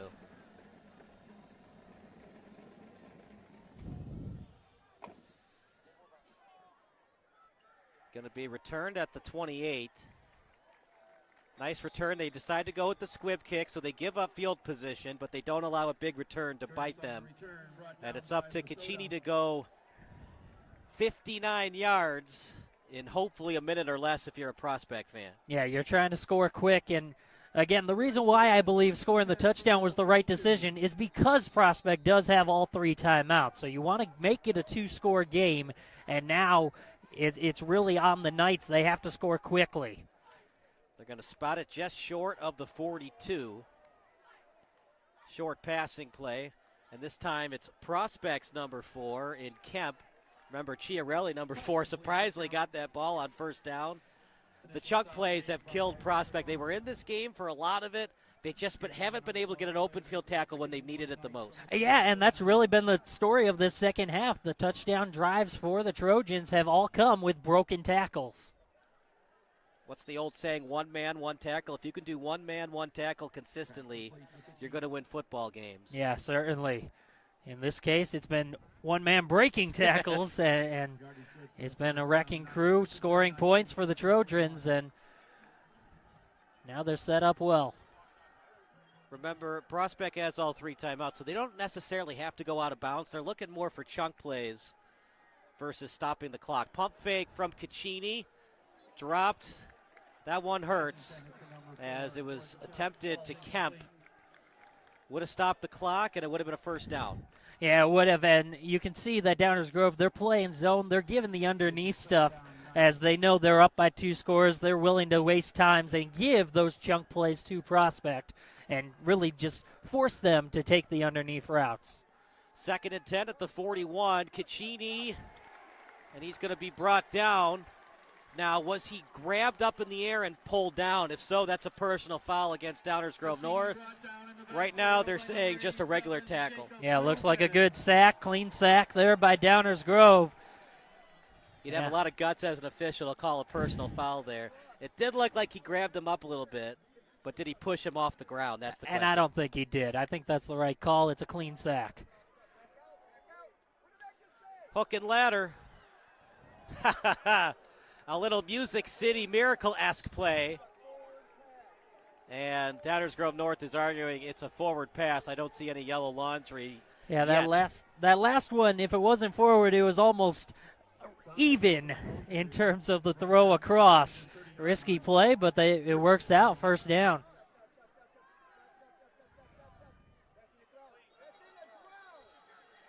And they're going to say it is indeed caught. That's more of a break, though, for Downers Grove North because it's not a first down that wastes more clock. And now it looks like they will call it incomplete. So it initially looked like a catch, right. but and if you're the coaching staff for DGN, you're actually arguing it's a completion, right? Because you want Prospect to have to call a timeout, one would think. It would keep the clock running, and yeah, with just 76 seconds left on the clock, they're in hurry up, but I think you're okay with it even if you're the Trojans. Just being second down, pressure is completely on the Knights. Yeah. One of those weird things, right? As a head coach and a defensive coordinator, you don't like giving up yardage, but that time you actually want them to get the yardage, one would think, because you want them to keep running clock because it was only like a 2 or 3 yard gain. Yeah, and they almost would have had to either quickly get to the line or use one of those timeouts. So with 1:16 to go, it looks like they're going to score with under a minute to go. So if they score, they're going to put more seconds on that clock because it was an incomplete pass. So 2nd and 10, so Tommy Artidi will change that in a second. It's 1:23, 2nd and 10, as a hard count from Caccini. Been a beautiful night for football. And Prospect might come up 2 touchdowns or 1 touchdown short. High throw. Kind of a somewhat of a break for Prospect. If he had caught it, he would have been tackled in bounds. That would have run more clock. The incompletion at least stops the clock. Looking for Sitchy, but, I mean, you need to move downfield at this point if you're Prospect. You can't afford to be having these incompletions. 3rd and 10. If you're DGN, like we talked about previously, 1 man, 1 tackle. Try to force them to go for it on 4th down. Don't give up a first down here.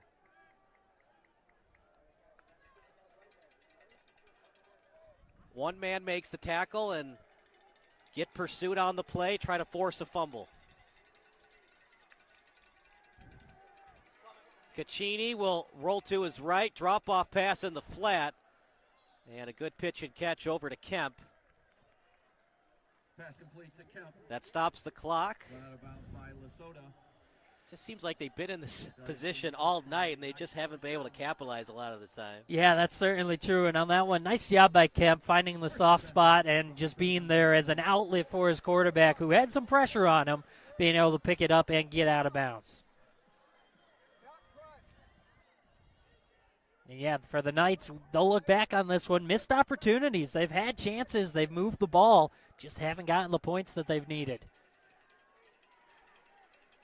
Play breaks down, rolling over to his left, and broken up on the left sideline. Cassini's pass intended for Caccini. Caccini was the intended target, and on the deflection was the D-back in Katsafanis. Yeah, looking for Sitchy once again. He's been the go-to in this fourth quarter so far for Prospect. 2nd and 10 at the 19. It's very impressive. They have not had to call a single timeout yet. They've been able to do this with keeping all three of them.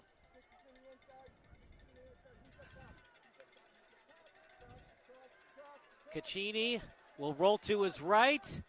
Pass is completed. Inside the 10. Has a good pitch and catch that time over to Gertis. Had that ankle injury in the first half. He's toughing it out. Clock continues to run. They got to score quickly. Now, will they spike it here or run a play? 50 seconds left. Quick pass to the end zone. Was it under control? Touchdown! Prospect still alive, but an onside kick coming up.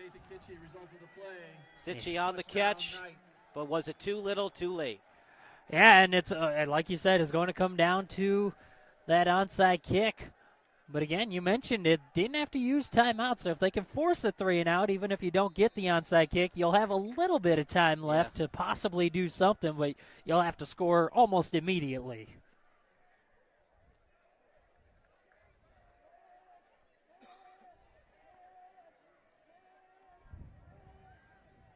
Kick is straight through the uprights. So Prospect still alive. And remember, you don't have to do an NFL-style onside kick. You don't see a lot in high school. But remember back in the day in the NFL, a lot of teams would try to put all 11 players or 10 players to the right. Right. You could theoretically do that today if you want, if you're Prospect.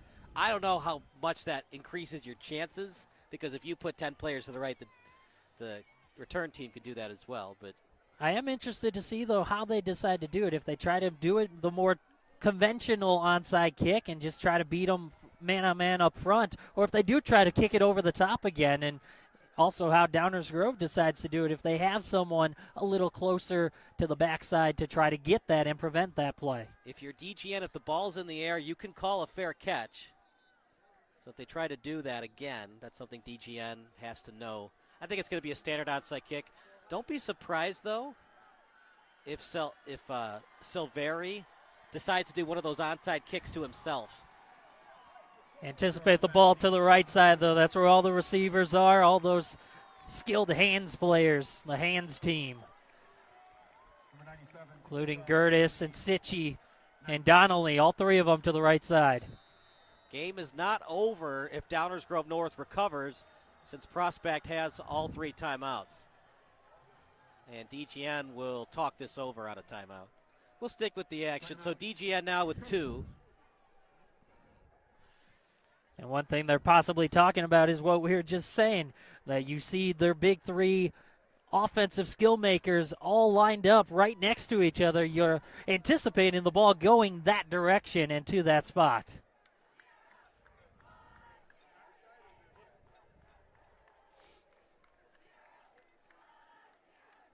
And if you're DGN, know who is going to catch the ball and who's the blocker. I hate to reference that Packers-Seahawks game.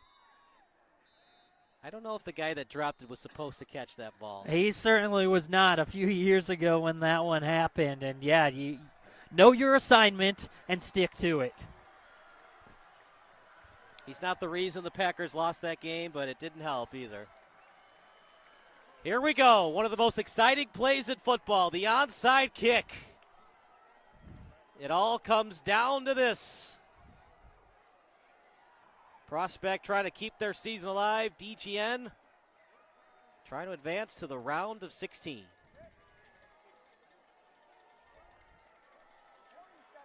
What a game tonight, 15 versus 18.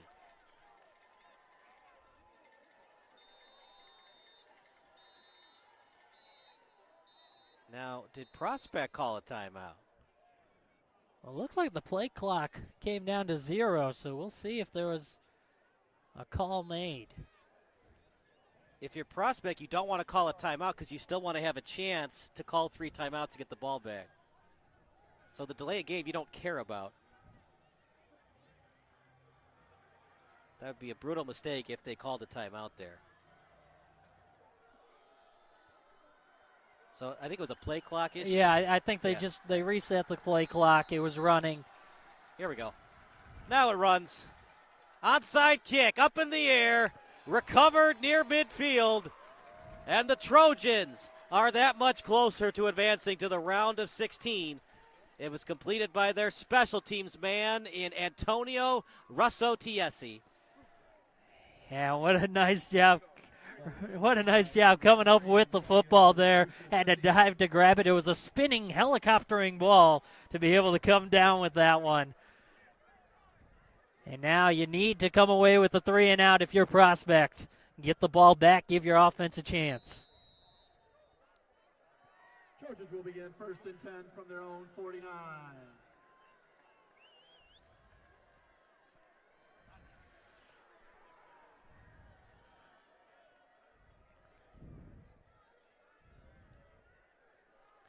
First and 10 at the 49.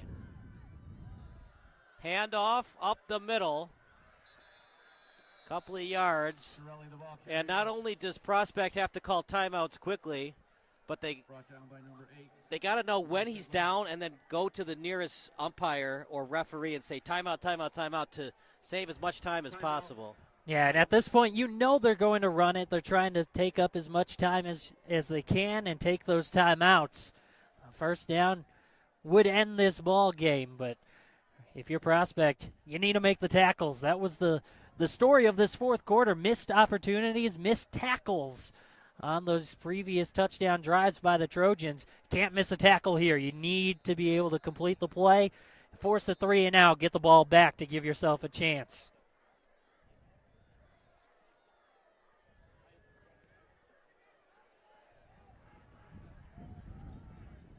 Gain of 2 on the play. 2nd down and 8 Trojans from the Knights 49.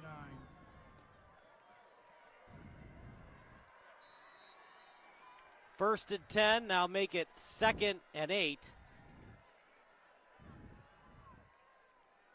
Ball at the 49. Handoff up the middle. And that'll be 3rd and short coming up.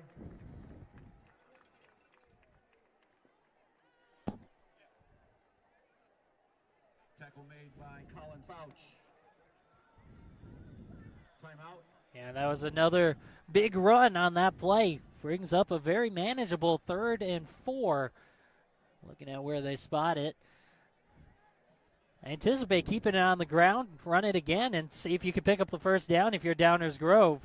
If not, they use their last timeout, and then there's a chance it'll be less than 30 seconds on the clock.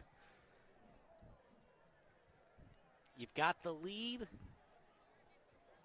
You've got a Division I quarterback. You could pass it here no matter what. Prospect's going to call a timeout if you decide to run it. If you look to pass, you want to make sure they're open, and if not, do whatever you can to make sure that clock keeps running. Even if you have to take a sack, that's okay in this situation. Just keep that clock running.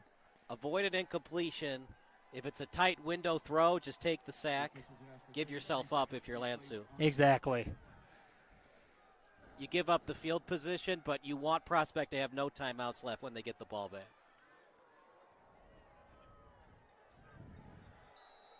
See if they go aggressive on the play calling or conservative.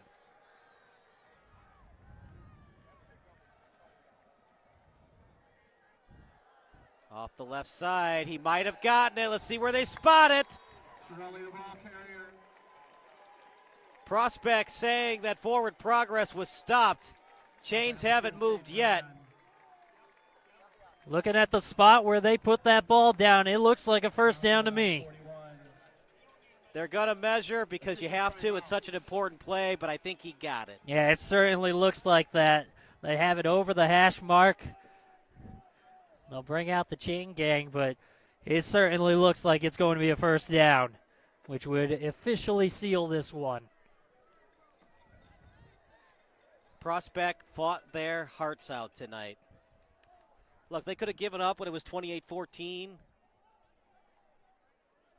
They fought hard, got that late touchdown. And let's see where it is on the measurement.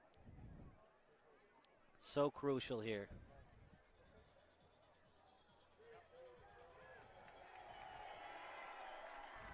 Result of the play, the Trojan first down.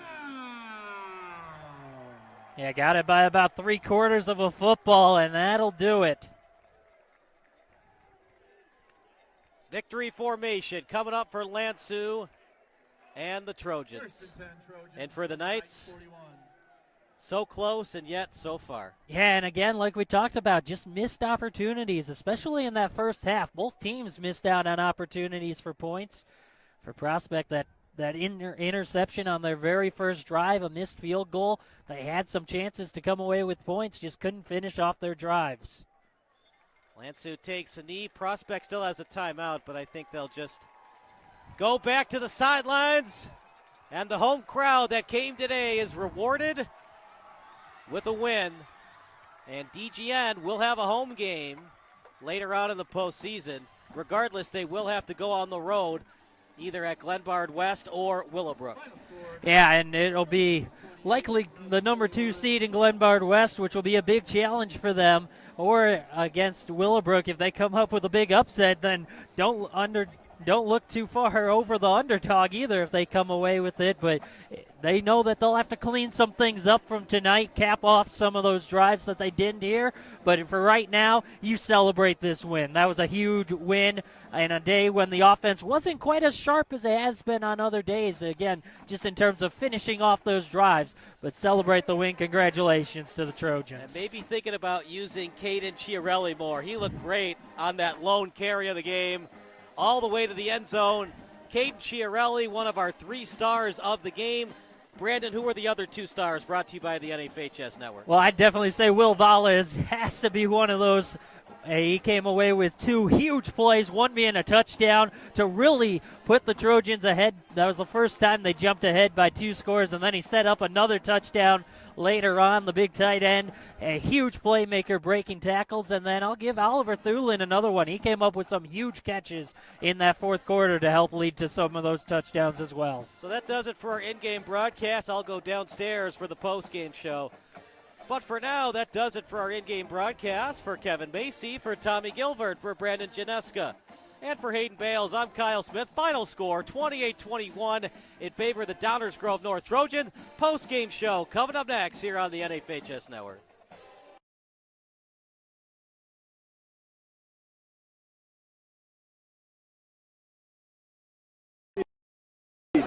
Three, two, one. Welcome to the post-game show brought to you by both NA. 3, 2, 1. Welcome to the post-game show brought to you by both NFHS Network and Sports Broadcast Solutions. I'm Kyle Smith alongside the NFHS Network player of the game, Owen Lansu, a 28-21 win tonight for Downers Grove North. You knew it was going to be a battle coming into this one. Prospect and you, 15 versus 18 seeds. Prospect fought hard, but you were the better team tonight. Yeah, they're a great program, great team. We're super blessed to have beaten them tonight. I feel like there's a lot of stuff, we could have done in the game to make it, I think the score is a little closer than we felt that the game went, but just happy to move on to the next week. Glenbard West probably next week, so I got to get ready for them. I love the play call at the end of the game. You're up by 7, and you go to Chiarelli. You hadn't used him much of the night. Do you guys work on that play a lot in practice? Yeah, so Chiarelli's one of our guys. In my opinion, he might be the best player on our team all around. He plays everywhere. So this week he was repping receiver because one of our guys was out, and so our running back went down, and we told him, go back in and running back, and he just made a play for us. You knew it was going to be a close game. Were you surprised it was only 7-0 at halftime?